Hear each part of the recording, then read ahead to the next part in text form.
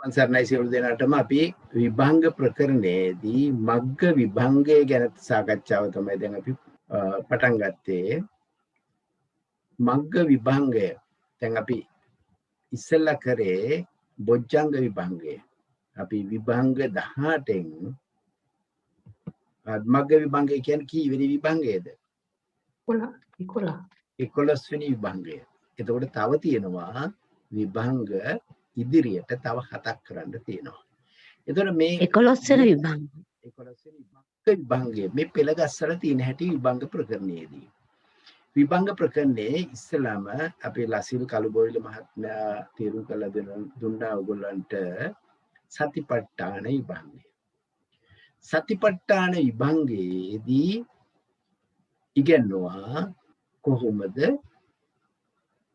කායේ කායානුපස්සී විහෙති ආතාපි සම්පජානෝ සතිමා විනේය ලෝකේ අවිජ්ජා දෝමනසම් මේ ආකාරයෙන් ගිහිල්ලා කායානුපස්සනාව වේදනානුපස්සනාව චිත්තානුපස්සනාව ධම්මානුපස්සනාව ආකාරයට භාවනානුයෝගියා කොහොමද සිත වඩන්නේ කියලා.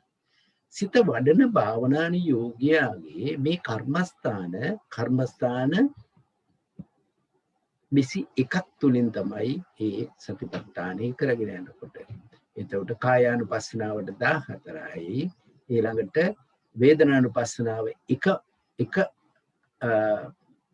කර්මස්ථානයක් විදිහට ගන්න චිත්තානුපස්සනාවත් එකක් විදිහට එතකොට ධම්මානුපස්සනාවේදී 5ක්. එතකොට තමයි 21ක් වෙන්නේ මහා සතිපට්ඨාන සූත්‍රයේ න ආකාරයට තමයි ඒ වෙන්නේ. හැබැයි අපේ විභංග ප්‍රකරණයේදී කායानुපස්සනාව එක කර්මස්ථානයෙන් තමයි විස්තර කරලා තියෙන්නේ. ඊට පස්සේ ධම්මානුපස්සනාව කර්මස්ථාන දෙකකින් විස්තර කරලා තියෙන්නේ. ඒ ටික ඊටාම් පැහැදිලි විස්තර කරා. මට මේ පෙළ ගැන කියන්න ඕන තිබුණේ ඒ යෝගාවචරයේ කොහොමද මේ භාවනාවට එළඹෙන්නේ කියන එක හොඳ ලස්සනට පැහැදිලි කරනවා. මේක තවදුරටත් පැහැදිලි කරනවා ධානය විභංගයේ ඊළඟ විභංගයේදී. කොහොමද වාඩි වෙන්නේ, කොහොමද යා සැරසෙන්නේ, කොහොමද යාගේ පූර්ව ක්‍රියා මොනවද කළ යුත්තේ, මොනවද නොකළ යුත්තේ කියලා ධාන විභංගයේදී ඉතාම පැහැදිලිව කරනවා. ස්වාමීන් වහන්සේ නමක් කොහොමද මේ භාවනාවට පටන් ගන්නෙ. භාවනාව කියනකොට සමත වෙන්න පුළුවන්, විදර්ශනා වෙන්න පුළුවන්, සමත හා විදර්ශනා වෙන්න පුළුවන්. ඒක යුග ආකාරයෙන් එන්නත් පුළුවන්. දැන් මෙතන මග්ග විභංගයට කොහොමද ආවේ? එතකොට සතිපට්ඨාන විභංගයෙන් ඊළඟට සම්‍යක් ප්‍රදාන විභංගය අපි විස්තර කරා. සතිපට්ඨානයේ වඩන යෝගාවචරයා තුළ වීරිය වැඩෙනවා. සතරාකාර වීරියක්. ඒ සතරාකාරයේ වීරිය ඊටාම ප්‍රකට වෙලා මාර්ගයට ලං වෙනකොට ඒවා මාර්ගාංග වශයෙන් ඒ වීරිය වැඩ කරනවා. ඒකින්ද තමයි අපි අභිධර්ම වාචනයේදී මාර්ගාංග විදියට විස්තර කරේ. ඊට පස්සේ ඒ කාරණේ සිද්ධ වෙනකොටම එයාගේ අධිපති ධර්ම ඉද්ධිපාද බවට පත් වෙනවා. ඡන්ද, චිත්ත, වීරිය, විමර්ශා කියන ධර්ම ස්වභාවයන් ඉද්ධිපාද බවට පත් වෙනවා. ඒවා ඔසවල තබනවා යෝගාවචරයාගේ සිත පග්ගන්නහති. ඒක කියනවා සිත නගා සිටවන ස්වභාවය එතන පෙන්වු කරනවා. ඒ ටික මම එකට කතා කරේ. ඊට පස්සේ බොජ්ජංග කියන්නේ දැන් මේ පුජ්‍යලයා මාර්ගයට ඊටම ආසන්නයි. මේ බෞද්ධ ආංග වශයෙන්. ඒතර බොජ්ජංග වලදී සුත්තාන්ත භාජනයේ 3 ආකාර විභාගයක් කරනවා. ඒක පූර්ව භාග විදර්ශනායට වාඩි වුණු පුජ්‍යලයාගේ සිතේ කොහොමද වැඩෙන්නේ? ඊට පස්සේ ඒ වැඩුණු පුජ්‍යලයා අභ්‍යන්තර බාහිර වශයෙන් කොහොමද මෙනෙහි කරන්නේ? ඊට පස්සේ ඒ ධර්ම කොහොමද නිවනට අභිමුඛ කරලා කොහොමද භාවනාව වඩන්නේ? වස්සග්ග පරිණාමින් කියලා. විවේක නිස්සිතං, විරාග නිස්සිතං, වස්සග්ග පරිණාමින් කියලා අපි එතන විස්තර කරනවා. මම ඒ ටික ඔක්කොම සම්බන්ධ කරේ මාර්ග විභංගයේ ඊට පස්සේ. දැන් මෙයා මාර්ගයටම කිට්ටු වෙලා තියෙන්නේ. මාර්ගය කියන්නේ සෝවාන්, සකෘදාගාමි, අනාගාමි, අරියත් කියන මාර්ගාංග වලට මෙයා බොහොම කිට්ටු වෙලා තියෙන්නේ. ඒ කියන්නේ මෙයා දැන් ඊළඟ මොහොත මාර්ගාංග. එතකොට මෙන්න මේ මග්ග විභංගයේදී විස්තර කරන්නේ අන්න ඒ කාර්යය. මේවා ටික වෙන්නේ පඩිපෙලක් විදියට කියලා හිතන්න එපා. මේක සිද්ධ වෙන්නේ සම යම් කිසි යෝගාවචරයගේ සිතේ තියෙන සිතේ චිත්ත දියුණුවමයි පෙන්වුම් කරන්නේ. මේක කරලා මේක කරනවායි කියලා එකින් එකට වැටෙන ස්වභාවයක් කියනක නෙවෙයි. මේක එකිනෙකට සංප්‍රයුක්ත වෙලා වෙන ක්‍රියාවලියක්. හැබැයි ඒක පෙන්වුම් කරන්න දේශනා කරන්න ගියාම මෙහෙම කොටස් වශයෙන් කඩලා පෙන්වන්න ඕනේ. එතකොට බොජ්ජංග කියලා එක සැරයක් විස්තර කරනවා, මාර්ගාංග කියලා තව සැරයක් විස්තර කරනවා. හැබැයි අභිධර්ම වාජනීයදී කියනකොට ලියනකොට එයා කියනවා බොජ්ජංග වේද මාර්ගාංග වේද කියලා එකම ධර්ම ස්වභාවය පෙන්වුම් කරනවා. ඇයි එහෙම කියන්නේ?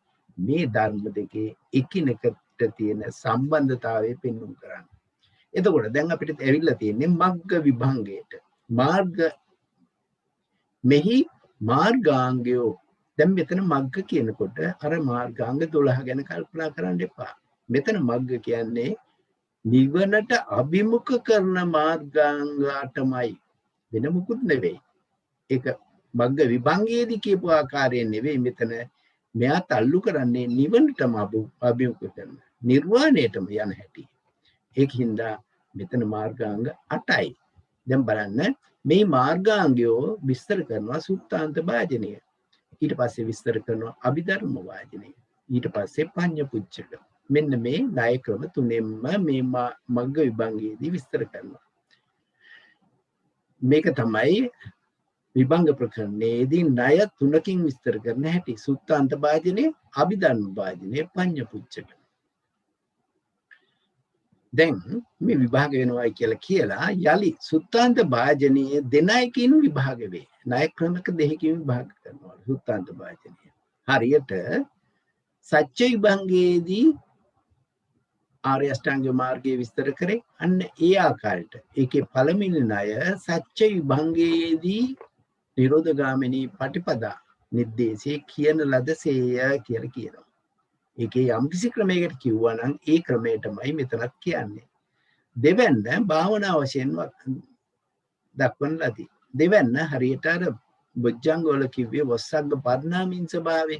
ඒ විදිහට මේ භාවනාවේ උපරිම අවස්ථාව පෙන්වුම් කරන්න. එතකොට සුත්තාන්ත වාජනීය ලෞකික ලෝකෝත්තර දෙකම මිශ්‍ර කරලා කියලා තියෙනවා. එතකොට අභිධර්ම වාජනීය ලෝකෝත්තර මාර්ගයම කියන ලදී. අභිධර්ම වාජනයේදී ලෝකෝත්තර භවයට ගියපු ස්වභාවයෙන්මයි පෙන්වුම් කරන්නේ. ඊට පස්සේ මෙතන විස්තර කරනවා එය අට්ටාංගික වාරය කියලා එක සැරයක් විස්තර කරනවා. තව සැරයක් විස්තර කරනවා පංචාංගික වාරය. දැන් අපි ඉස්සෙල්ලා කතා කරේ රූපාවචර අරූපාවචර ධානලාභීන්ට විරති වැඩ කරන්නේ නැහැ. එතකොට ඒක පංචාංගික වෙනවා. අන්නේ ස්වභාවයම තමයි මෙතන පෙන්වුම් කරන්නේ. අට්ටාංගික වාරයයි පංචාංගික වාරයයි වාර දෙකක්. මේවට කෙටි සටහන් තම තමන් ලියා ගන්න. මම සටහන් වෙනවා අපි සටහන් දෙන්නේ නැහැ. මොකද මේක නැවත කියලා අපි මේක විස්තර කරන්නේ මේ ආකාරයටම පොතේ විදිහටමයි යන්නේ. අට්ටාංගික මාර්ගය මාර්ගාංගයන් එකටගෙන ප්‍රශ්න නගා විස්තර කරන ලද්දේ. එතකොට මේ අට්ටාංගික වාරයේ විස්තර කරලා තියෙන්නේ මාර්ගාංගයන් 8ම එකටගෙන ප්‍රශ්න කරලා විස්තර කරන ක්‍රමය. ඒ කියන්නේ මාර්ගාංග 8 තියෙනවා සම්මා දිට්ඨිය ආදී. ඒ 8ම එකට විස්තර කරන හැටි අපි ඉදිරියේදී ඒක බලමු. එතකොට පංචාංගික වාර්ගයේ මාර්ගාංගයන් එකටගෙන ප්‍රශ්න නගත් විස්තර කරනවා වෙනම ප්‍රශ්න නගත් විස්තර කරනවා. එතකොට පංචාංගිකයේදී ක්‍රම දෙකකට විස්තර කරනවා. ඊට පස්සේ යලි කුසල වශයෙන්ද මේ කුසල වශයෙන් කියන්නේ මාර්ග සිතේ වැඩ කරනකොට කුසල විපාක වශයෙන්ද ඒ කියන්නේ ඵල සිතේ වැඩ කරනකොට කුසල කියන්නේ මාර්ග සිතට අදාළ වෙන විදිහට කුසල විපාක කියන්නේ ඵල සිතට අදාළ විදිහට විභාග වෙයි. එතකොට මේ විභාග වෙන ක්‍රම කිව්වේ මේ ආකාරයට. ඊට පස්සේ කියනවා පංචාංගික මාර්ගයේ කීවද ලෝකෝත්තර මාර්ගයේ අෂ්ටාංගික මාර්ගයෙන් වෙයි. මොකද මෙහෙම කියන්නේ පංචාංගික මාර්ගය කියලා මෙතන විස්තර කරලා ඊට පස්සේ කියනවා එහෙම කිව්වත් ලෝකෝත්තර මාර්ගයේ අෂ්ටාංගික මාර්ගයෙන් වෙයි. ලෝකෝත්තර ඒ සිත ලබනකොට විරති තුන නිතැතින්ම ඒකට එනවා. ඒකෙන්ද තමයි කියන්නේ පංචාග්ගේ මාර්ගය කිව්වත් ලෝකෝත්තර මාර්ගයේ ආර්ය අෂ්ටාංගික මාර්ගයම වෙයි කියන එක. විරති තුනම එකට යෙදෙන එකම චිත්තේ ලෝකෝත්තර මාර්ගයේ පමණයි. ලෞකික කාමාවචර කුසල සිත්තේ එක විරතියයි වැඩ කරන්න පුළුවන්. අනික් විරති දෙක වෙන් වෙන්ව පවතින්නේ. ඒකින්ද තමයි මේ කාරණේ මෙහෙම සිද්ධ වෙන්නේ.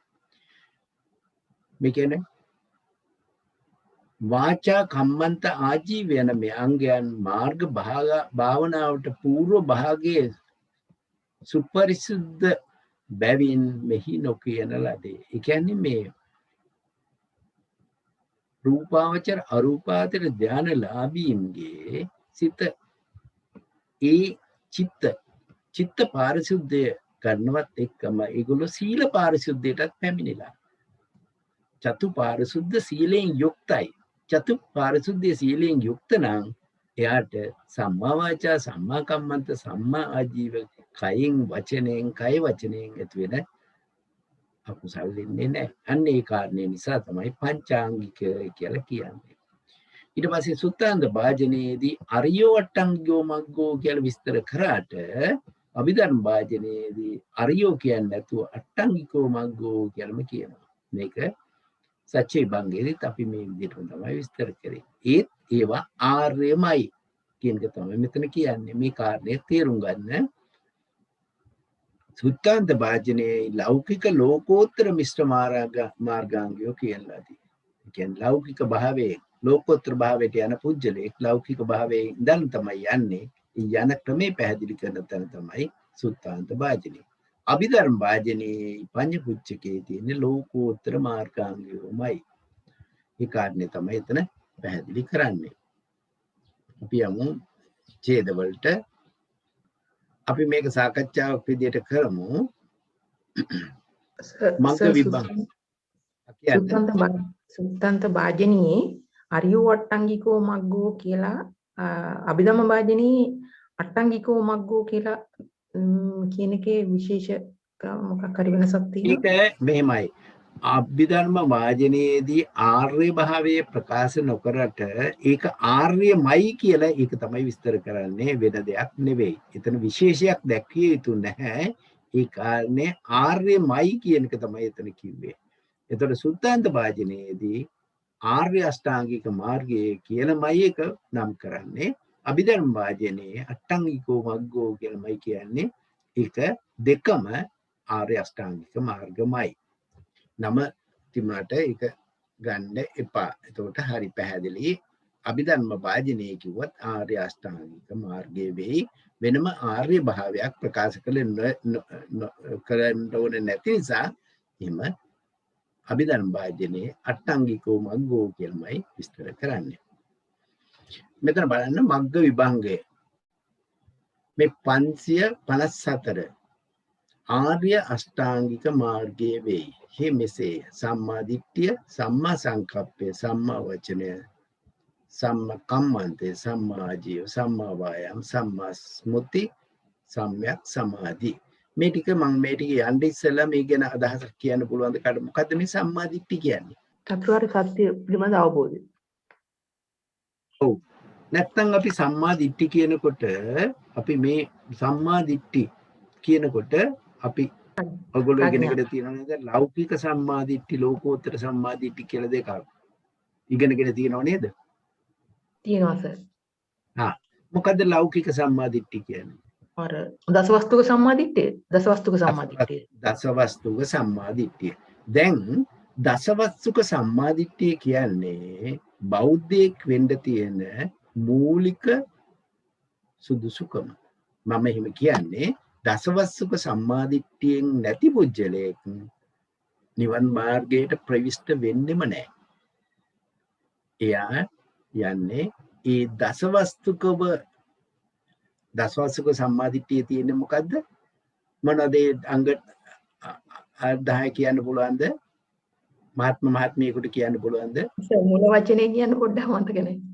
අත්ති දින්නම් අත්ති ඉත්තං අත්තියුතං අත්ති සුකට දුක්ඛටානං කම්මානං පලං විපාකෝ අත්ති අයං ලෝකෝ අත්ති පරෝ ලෝකෝ අත්ති මාතා අත්ති පිතා අති ලෝකීය සමන බ්‍රාහ්මනා සමග්ගතා අනේ ටිකනේ. මේකේ පැහැදිලි කරන්නෙම ඔය ලෞකික සම්මාදිට්ඨිය කියන්නේ කර්මඵල පිළිබඳව විශ්වාසයමයි. එතන පදනම් කරන්නේ මේ ඉන්නේ කාරණය. ඒ කියන්නේ එයා පිළිගන්නවා සම්මාදිට්ඨියට ලෞකික සම්මාදිට්ඨියට පැමිණි පුජ්‍යලයා මේ කර්මඵල විශ්වාසය නැත්නම් හේතුඵල ධර්ම ස්වභාවය ගැන එයාගේ පැහැදීමක් තියෙනවා. අත්ති අයන් ලෝකෝ අත්ති පරලෝකෝ කියනවා. අත්ති අයන් ලෝකෝ කියන්නේ මේ භවයට පෙර භවයක් තිබුණා මම ඒකෙන් චුත වෙලා තමයි මෙහෙට ආවේ. අත්ති පරලෝකෝ මේකෙන් පස්සේ තවත් තැනකට යනවා. අන්න ඒ වගේ නිවැරදි අවබෝධයක් තිබුණ පුච්චලයා තමයි ලෞකික වශයෙන් දසවස්තුවේ සම්මා දිට්ඨි ස්වභාවයට ආව පුච්චලයා. මෙතන කියන්නේ සම්මා දිට්ඨි කියනකොට මෙතන කියන්නේ දුක්ඛ සත්‍ය ඥාන. දුක්ඛ සත්‍ය පිළිබඳ මේ කියන්නේ දුක්ඛ සත්‍ය ඥානය, දුක්ඛ සමුදය ඥානය, දුක්ඛ නිරෝධය ඥානය, දුක්ඛ නිරෝධිගාමිනී පටිපදා ඥානය කියන එකමයි සම්මා දිට්ඨිය කියන්නේ. වෙන අඩුවක් පහඩුවක් නැහැ. මෙයා මේක ප්‍රබලව චතුරාර්ය සත්‍ය පිළිබඳව දැනීමමයි සම්මා දිට්ඨිය කියන්නේ. ඒක නැත්නම් ඒ සම්මා දිට්ඨි මේ ස්වභාවය දුක්ඛ සත්‍යයේ ඥානය, දුක්ඛ සත්‍යයේ පිළිබඳව යම් ඒ ඥානය නොමැති පුජ්‍යලයා ඉතිරි ධර්මාට වඩන්නේ නැහැ. ඒක තමයි සම්මා දිට්ඨි. එතකොට සම්මා සංකප්ප කියන්නේ මේක මොකද සම්මා සංකප්ප කියන්නේ? හරි මම විස්තර කරන්න. විතක්කේ තමයි චෛතසිකේ හැබැයි ධර්ම ස්වභාවය සම්මා සංකප්ප කියන්නේ නෙක්ඛම්ම සංකප්පේ, අව්‍යාපාද සංකප්පේ, අවිහිංසා සංකප්පේ. එතකොට සම්මා සංකප්පයට විරුද්ධ ස්වභාවය මොකද්ද? මිච්ඡා සංකප්පේ. මිච්ඡා සංකප්පේ නම් මොකද එන්න ඕන? මෙතෙන් දෙන්න ඕන මොකද? මිච්ඡා සංකප්ප. කාම, ව්‍යාපාද, විහිංසා. අන්න ඒ ආකාරය අපි දැනගන්න ඕනේ. එතකොට මේ සම්මා දිට්ඨි කියන තැන මේ දුක්ඛේ ඥානං, දුක්ඛ සමුදය ඥානං, දුක්ඛ නිරෝධේ ඥානං, දුක්ඛ නිරෝධිගාමිනී පටිපදා ඥානං කියන ස්වභාවයෙන්මයි සම්මා දිට්ඨි කියන්නේ. ඊට අඩුවත් නෑ. ඒක අර ලෞකික සම්මා දිට්ඨියෙන් බොහෝ පිටයි.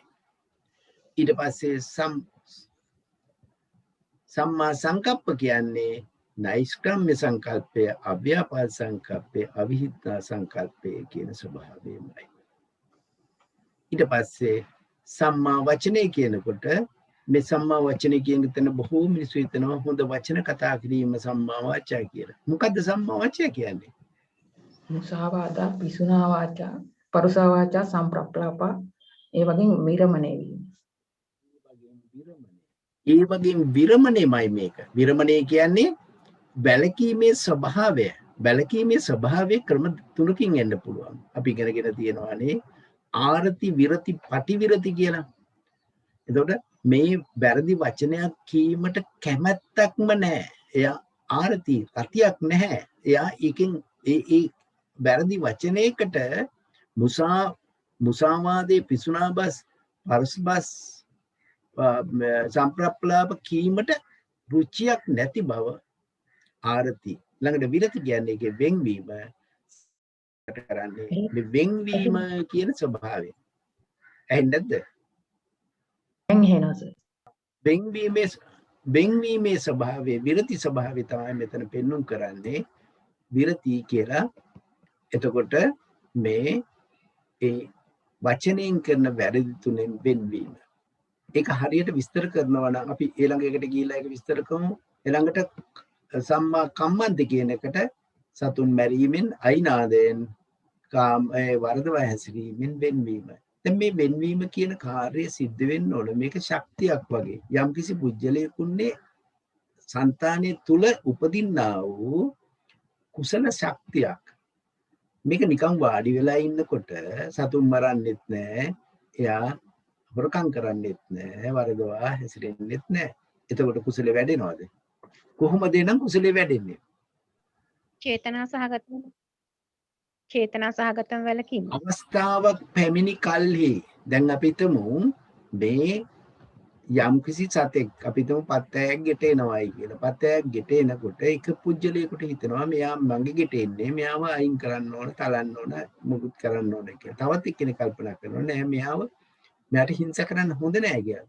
තවත් පුජ්‍යලයකට ඇතුළට එනවා මෙයාත් සත්‍යයක්. මෙයා අවස්ථාවක් පැමිණි කල්හිද තමන්ගේ ජීවිතයට අන්තරාවක් වුණත් එයා සතුන් මැරීමෙන් වළකිනවා. ඒක ලොකු බලයක්. ඒක ඇතුලේ ඇතුළේ චිත්ත ශක්තියක්. අන්න ඒකයි එතන. අවස්ථාවක් පැමිණි කල්හිද බෙන් වෙලා ඉන්න ස්වභාවය. විශේෂයෙන්ම මුසාබස් පිසුනා වාචා කියන අයගේ විශේෂයෙන්ම තියෙන එකක් තමයි කියනකොටම කියනවා. කියයි කියන්නේ තමන්ට මේකට රුචියක් තියෙනවා. තමන්ට කීමට ඇල්මක් තියෙනවා. එන්නේ ඇල්ම කියන්නේ අකුසලයක්. ඒ ආපහුම දෙන්න ඕන. මෙයා කිව්වනම් මමත් කියන්න ඕනේ කියලා. අන්න ඒ වගේ වෙලාවක නොකිය සිටීම කියන්නේ තමන්ගේ ඇතුළන විරති ශක්තිය. අන්න ඒ විදිහට මේ තුනම කල්පනා කරන්න. අවස්ථාවක් පැමිණි කල්ලි වෙන්වීම තමයි විරතිය කියලා. නැත්තම් කෙනෙක් පුටුවේ වාඩි වෙලා ඉන්නකොට මේ කුසල් එනම් පිරිපිරි යන්න ඕන. කුසල් රැස් වෙන්නේ නැහැ එහෙම. කුසල් රැස් වෙනවා කියන්නේ ඒ අවස්ථාවක් පැමිණි කල්ලිද අයින් සිටීම.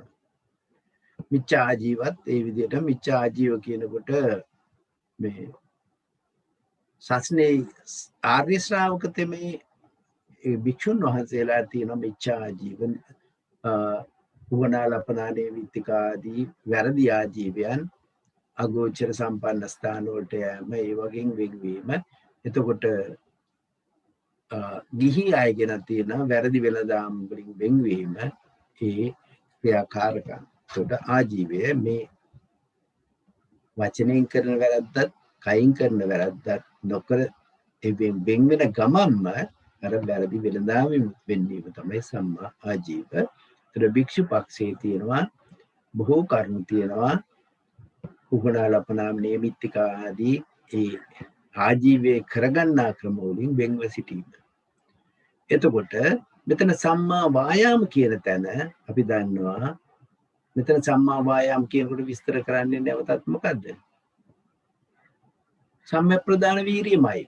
සම්‍යක් ප්‍රදාන වීරියයි. සම්‍යක් ප්‍රදාන වීරියමයි. මේ වීරිය හතරම එකට එන ස්වභාවයක්. මේක තියෙන්නේ ආරම්භ වීරිය ඒ වීරිය ස්වභාවය. මේක විස්තර කරන තැන කියනවා මට මතක නෑ අට කතාවක යම් කිසි කෙනෙක් අතට දෙනවා ලොකු බරක්.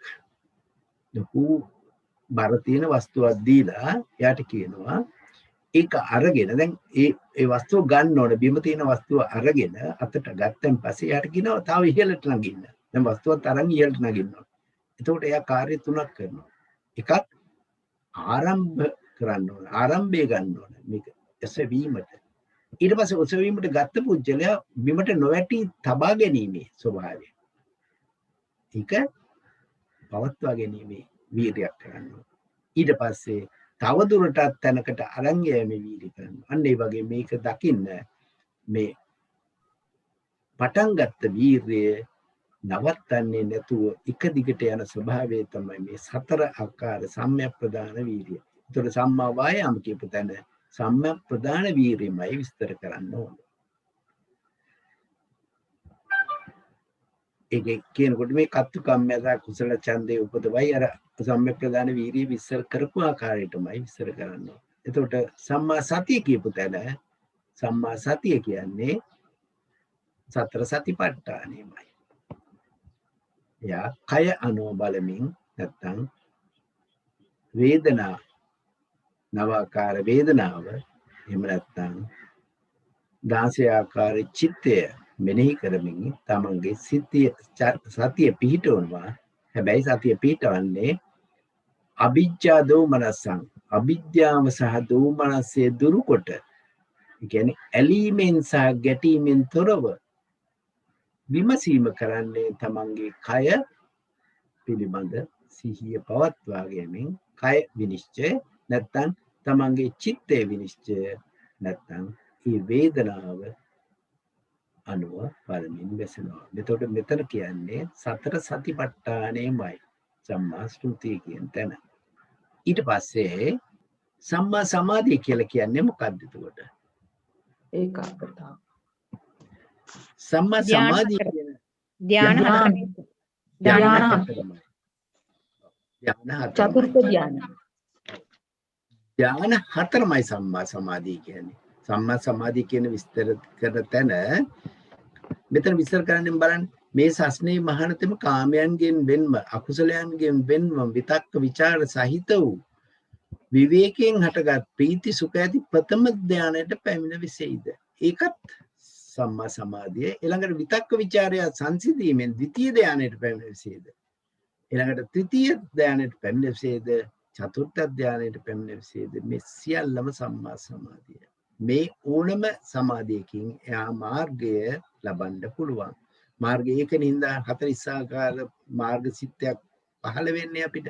මාර්ග ඵල සිත් 20 ආකාර ගිහිල්ලා 40කට අපි නම් කරන්නේ මෙන්න මේක නිසා. එතකොට ඒ සතර ධානමයි සම්මා සමාධිය කියලා කියන්නේ. මෙතන මේ පංචම ධ්‍යාන ලියුවොත් වැරදිද? පංචම ධාන ආකාරයෙන් නෙවෙයි මෙතන විස්තර කරන්නේ සතර ධාන විදියට, තෘතීය ධාන විදියට. මේ සුත්තාන්ත ක්‍රමයේදී යන්නේ පංචම ධාන ක්‍රමයට නෙවෙයි සතර ධාන ක්‍රමයට. සුත්තාන්ත භාජනයේනේ. සුත්තාන්ත ක්‍රමයේදී විස්තර කරන්නේ එහෙමයි. අභිධර්ම භාජනය යනකොට අපි පංච ක්‍රමයට යනවා. ඊදකේ වෙනසක් නැහැ. ඇයි පංචක 1යි 4යි තියෙන වෙනස කොතනද තියෙන්නේ? කාටද කියන්න බලන්න. ද්විතීය ධ්‍යානයේදී. ද්විතීය ධ්‍යාන නෑ නෑ නෑ. පළවෙනි පළවෙනි පළවෙනි විතර්ක ਵਿਚාර දෙකම දෙවන ධ්‍යානයේදී විතක්ක ਵਿਚාර දෙවෙනි ධ්‍යානයේදී විතර්ක ਵਿਚාර දෙකම අයින් කරනවා. නැති වෙනවා. අන්න ඒක නිසා තමයි ඒක හතරක් වෙන්නේ. ඒකින්ද මේක හතරක් කියලා කිව්වත් පහක් කිව්වත් එකම ආකාරයෙන් තමයි දකින්න ඕන. අපි දැනගෙන කරාම මේ හතරක් විදිහට සුත්තාන්ත භාජනයේදී විස්තර කරන්නේ සූත්‍රවලදී හතරක් විදිහට විස්තර කරන්නේ. අපි මේ සුත්තාන්ත භාජනයේ විස්තර කරනකොට මේ විදිහටයි යන්නේ. ඒක මේක ලියනකොට ලියන්න ඕනේ මේ විදිහටමයි. මේ සස්නේ මානේ යම්තර කාමයන්ගෙන් වෙන්න මේක අපි පදේ හොඳට මතකයිනේ ධම්මසංගණී කියනකොට ඒ විස්තර කරපු ආකාරයෙන්මයි විස්තර කරන්නේ. ඒ චිත්ත ලියන්නේ මේ කාර්යය ලියන්නේ ඒ විදිහටමයි. නිකන් අපේ වචන පාවිච්චි කිරීම සුදුසු නෑ. එතෙන්ට හරියන වචනයක්ම පාවිච්චි කරන්න ඕනේ. මෙතන බලන්න මේ සස්නේ මහානිතම් කාමයන්ගෙන් වෙන්වම අකුසලයන්ගෙන් වෙන්වම මේ කියන්නේ නීවරණ ප්‍රහාණය ගැන කියන්නේ. කාමයන්ගෙන් වෙන්වම සියලු අකුසලයන්ගෙන් වෙන්වම මේ නීවරණ ධර්ම. විතක්ක සහිත වූ විචාර සහිත වූ විවේකයෙන් හටගත් ප්‍රීති සුඛ ඇති ප්‍රථම ධානයට පැමිණ විසෙද. මේ පදේ කියනකොට ඔක්කොම ටික තියෙනවානේ. එයා පහ කරන නීවරණ, එයා යටපත් කරන නීවරණ ගැන කියනවා. එයාගේ දැන තියෙන ධානාංග ටික ගැන කියනවා. ඔක්කොම ලස්සනට පැහැදිලි කරනවා මේ සිතෙන්. ඒකින්ද අපි ධම්මසංගණීය කරනකොට අපි ඒක මෙච්චර විස්තර කරන්නේ නැත්නම් ඒ කරුණාවෙන් ආපහු බලන්න ධම්මසංගණීය තමයි මේ මුළු අභිධර්ම පිටකයේම දොරටුව. ඒක නැවත නැවත බැලුවත් අනිත් පන්ති වලට සහභාගී වුණත් ඒකේ වටිනාකම තව තවත් වැඩි වෙනවා. එතකොට මෙන්න මේක තමයි අපි දැන් ඉස්සෙල්ලා කරපු ඒ සුත්තාන්ත භාජනයේ පළවෙනි ක්‍රමය. ඊළඟට කියනවා දැන් අපි කියවනේ ක්‍රම දෙකකට කරනවායි කියලා. ආර්ය අෂ්ටාංගික මාර්ගයේ වෙයි හිමෙසෙය. දැන් සම්මා දිට්ඨිය සම්මා සංකප්පේ මේ අටම එක දින 21ට අරගෙන විස්තර කරලා ඊට පස්සේ කියනවා ඒ සම්මා දිට්ඨිය කවරේදියත් දැන් දැන් බලන්න මෙතන විස්තර කරන්න හැටි. එතන විස්තර කරනවා මේ අර භාවනා යෝගී විදියට මේ කියන්නේ භාවනාවට යොමු වුණ හැටියට. දැන් මේ ධර්ම අටම සම්මා දිට්ඨිය කවරේදියත් මේ අපි කියවනේ සුත්තාන්ත භාජනයේ ක්‍රම දෙකකට විස්තර කරනවායි කියලා. ඒ දෙවෙනි ක්‍රමය. මේ නිවනට පිරිනැමුණු ස්වභාවය. මේ සස්නේ මහාන විවේකය ඇසුරු කළ, විරාගය ඇසුරු කළ, නිරෝධය ඇසුරු කළ නිවනට පිරිනැමුණු සම්මා දිට්ඨිය වඩයි. මම හිතන්නේ බොජ්ජංග වලදී විස්තර කරා මොකද්ද මේ විවේකය කියන්නේ? මොකද්ද මෙතන විවේකය කියන්නේ? කාට හරි මතකද? සර් මෙතන විවේකය කියන්නේ උපදී විවේකය කියන්නේ කෙලෙස් වලින් මිදුණු ස්වභාවය. එහෙම නේ සර්. විවේකයේ කියනකොට අපි දෙකම දකිනවා කාය විවේක චිත්ත විවේකයේ උපදි විවේකයේ කියලා. කාය විවේක කියන්නේ කය විවේක ස්වභාවය, චිත්ත විවේක කියන්නේ සිතේ සමාධිගත බව. ඊළඟට උපදි විවේකය. දැන් උපදි විවේකය පස්සාකාර විවේකයට අපි විග්‍රහ කරනවා බොජ්ජංගවලදී. මොකද මේ පස්සාකාරී විවේකය? මම හිතන්නේ ඒක කිව්වා තදාංග විවේකය, විස්කම්බන විවේකය, සමුච්ඡේද විවේකය, පටිපස්සද්ධි විවේකය, නිස්සරණ විවේකය කියලා පස්සාකාර විවේකයක් විභාග කරා. ඒ කියන්නේ තදාංග විවේකය කියන්නේ තදාංග සහගත කෙලෙස් වල ප්‍රහාණය නම් වූ විවේකය. මතකද ඒක? මොකද තදාංග වශයෙන් කොහෙද ප්‍රහාණය වෙන්නේ? කාමාවචර කුසල සිතේ. හරි. කාමාවචර කුසල සිතේ විදර්ශනාමය කුසලයකින් ඒ කෙලෙස් වල තදාංග ප්‍රහාණය වෙනවා. ඊළඟට විස්කම්බන විවේකී කොහෙද ලැබෙන්නේ? රූපාවචර අරූපාවචර. අන්න රූපාවචර අරූපාවචර නැත්නම් උපචාර සමාධියත් ඒක විස්තර කරනවා. නැත්නම් අර්පණා සමාධියකින්. විස්කම්බන විවේකේ. මොනවද විස්කම්බනේ වෙන්නේ? නීවරණ ධර්ම. පංච නීවරණ ධර්ම යටපත් කරනවා. ඊළඟට සමුච්ඡේද විවේකී කියන්නේ මොකද්ද? ලෝකෝත්තර. සමුච්ඡේද විවේක කියන්නේ දස සංයෝජන ප්‍රහාණය නැමැති විවේකය. සෝවාන් මාර්ගයෙන් සංයෝජන තුනක් අන්න ඒ වගේ ඒ සංයෝජනයේ ප්‍රහාණය තමයි සමුච්ඡේද විවේකය. එතකොට පටිපස්සද්ධි විවේකී කියන්නේ මොකද්ද? පටිපස්සද්ධි කියන්නේ ඵලයෙන් යම් කිසි මාර්ගයෙන් ලැබුණු ඒ සංයෝජන ධර්ම ප්‍රහාණය කරාම ඒකේ සංසිඳීම නැති කෙලෙස් වලින් සංසිඳීම නැමැති විවේකය ලැබෙන්නේ ඵලයේදී. ඒකට කියනවා පටිපස්සද්ධි විවේකය. ඊළඟට නිස්සරණ විවේකී කියන්නේ මොකද්ද?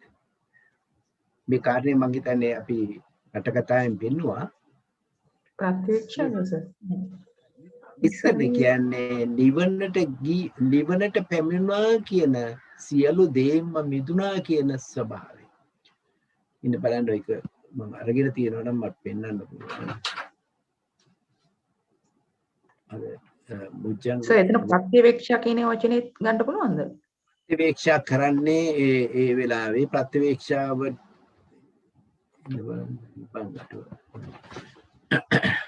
මේ විවේක නිස්ෘතං කියන තැන මම හිතන්නේ විස්තර කරේ බොජ්ජංග වලදී විවේක නිසා මේ තියෙන මේ බොජ්ජංග වලදී මම හිතන්නේ මේක විස්තර කරා මේක ලකුණු කරගන්න. මොකද මේවා නිතර අපි කතා කරන්නේ නැති නිසා මේ කියන්නේ මේ බොජ්ජංග වලදී මේ විවේකයේ විස්තර කරපු හැටි තදාංග විවේකය.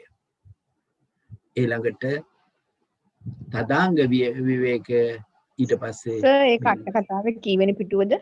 අට කතාවේ තියෙන මේ විවේක නිස්සිතං කියපු තැන විවේකයේ මෙහෙමයි විස්තර කරන්නේ.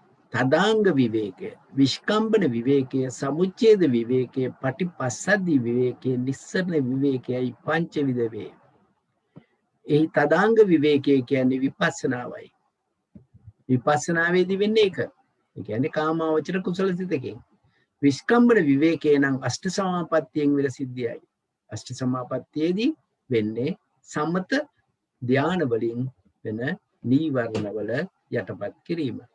සමුච්ඡේද විවේකය නම් සෝවාන් ආදී මාර්ගයෙන් ලැබෙන ඒ කෙලෙස් ප්‍රහාණයයි. පටිපස්සද්ධි විවේකය නම් සෝවාන් ඵල ආදීන් වෙන ඒ සංසිඳීම නැමැති විවේකය. ඒකට කියන්නේ සංසිඳීම.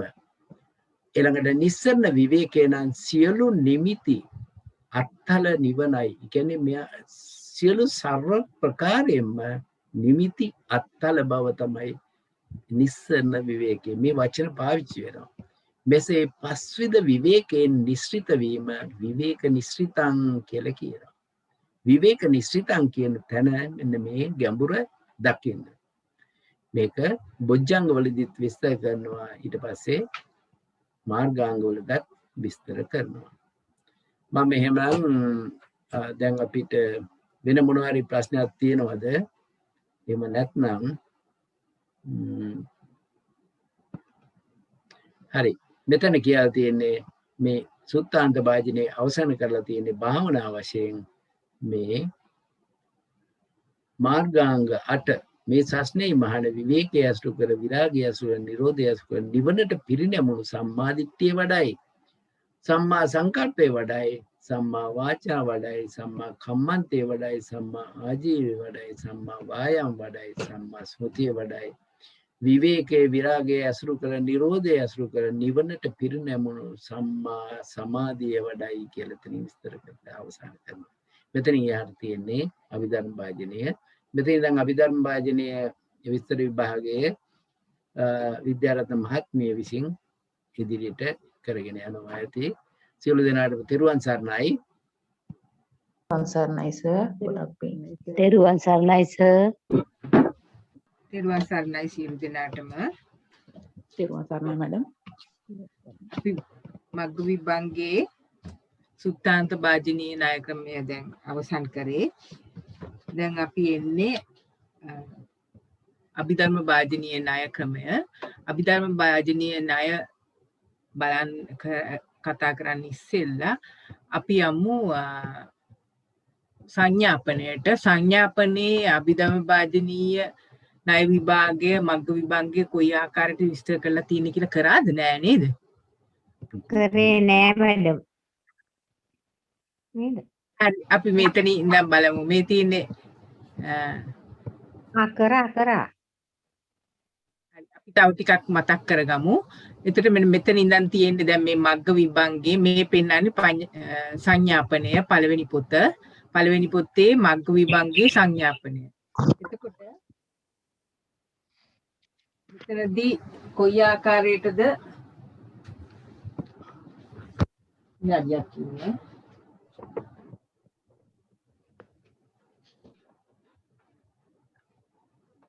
මග්ග විභංගයේ අභිධර්ම භාජනීය ණය ක්‍රමයේ විස්තර කරලා තින්නේ සංඥාපනයේ කියන එක අපි පොඩ්ඩක් බලමු. අභිධර්ම භාජනීයෙහි ලෝකෝත්තර මාර්ගම කියන ලදහ. ඒතර අභිධර්ම භාජනීයේ ලෝකෝත්තර වශයෙන්මයි මාර්ග විභංගය එහෙම නැත්නම් මාර්ගාංග කියලා තියෙන්නේ. පළවෙනි එක. ඊළඟට දෙවෙනි එක තමයි අට්ඨාංගික වාරයයි පංචාංගික වාරයයි වාර දෙකක් තියෙනවා. අංග 8කින් යුක්ත අෂ්ටාංගික වාරයයි අංග 5කින් යුක්ත පංචාංගික වාරයයි කියලා වාර දෙකකින් විස්තර කරනවා. ඊට පස්සේ කියනවා අෂ්ටාංගික වාරයේදී මාර්ගාංගයන් එකටගෙන ප්‍රශ්න නගා විසර්ජනා කරන ලද්දේය. මාර්ගාංග එකට අරගෙන තමයි විස්තර කරලා තියෙන්නේ. පංචාංගික වාරයේදී මාර්ගාංගයන් එකටගෙන ප්‍රශ්න නගා විසර්ජනා වෙයි. නැවත වෙන වෙනමත් ප්‍රශ්න නගා විසර්ජනා වෙයි. ඊට පස්සේ යලි කුසල වශයෙන්ද කුසල විපාක වශයෙන්ද වෙයි. මෙන්න මේ ටික මතක තියාගන්න ඕන. අපි පෙළ පොතේ දකින්න ඕන මේ කියන සංඥාපනයේ කියන කරුණු කොයි විදියද කියලා. මේක ඇත්තටම ලියාගත්තත් කමක් නැහැ. එතකොට අපිට එතනදී විස්තර කරනකොට අපිට බලන්න පුළුවන්. මේ විදියට අපි සටහනක් ලියාගන්න පැන්සලකින් කොහෙන් හරි මම කියන්නම්. මේ පොතෙන් පැත්තක හරි වෙන කොලයක හරි වාර දෙකක් තියෙනවා. දැන් මේ අපි කතා කරන්නේ අභිධර්ම භාජනීය ණය. වාර දෙකකින් විභාග කෙරේ. එක අෂ්ටාංගික වාරය, දෙක පංචාංගික වාරය. ඊළඟට පළවෙනි එක අෂ්ටාංගික වාරය මේක යටතේ ලියා ගන්න මාර්ගාංග 8 එකටගෙන විභාග කෙරේ. ඊට පස්සේ දෙක පංචාංගික වාරය කොටස් දෙකයි. ඒක නැවතත් 1 2 හැටියට දාගන්න වෙනම රෝමන් එක හරි ඒ විදියට. රෝමන් එක මාර්ග 5 මාර්ගාංග 5 එකටගෙන පංචාංගික දෙක පංචාංගික වාරය යටතේ 1 සහ 2. දෙක මාර්ගාංග 5 වෙන වෙනම ගෙන. ඊළඟට අංක 3 මේ කරුණු අපි ලියාගන්නේ තුන්වෙනි කරුණ යලි කුසල වශයෙන් ඊළඟ පේජිය ලියාගන්න විපාක කුසල විපාක වශයෙන්. ඔන්න ඔය ටික අපි පෙළේ දකිමු පෙළ විස්තර කරනකොට. ඒක සටහන් කරගත්තද හැමෝම? සටහන් කරගන්න පුළුවන් වුණාද? සටහන් කරගත්තා මැඩම්. ඊට පස්සේ කියනවා මෙතන පංචා- විසර්ජන කියන්නේ විසඳනවා කියන එකද? ඔව් විසර්ජන කරනවා කියන්නේ විසඳලා දෙනවා විභාග කරනවා ඒ ආකාරයෙන්. ඊට පස්සේ තවත් කියනවා පංචාංගිකයයි කීවද පංචාංගික මාර්ගයයි කීවද ලෝකෝත්තර මාර්ගය අෂ්ටාංගිකම වේ.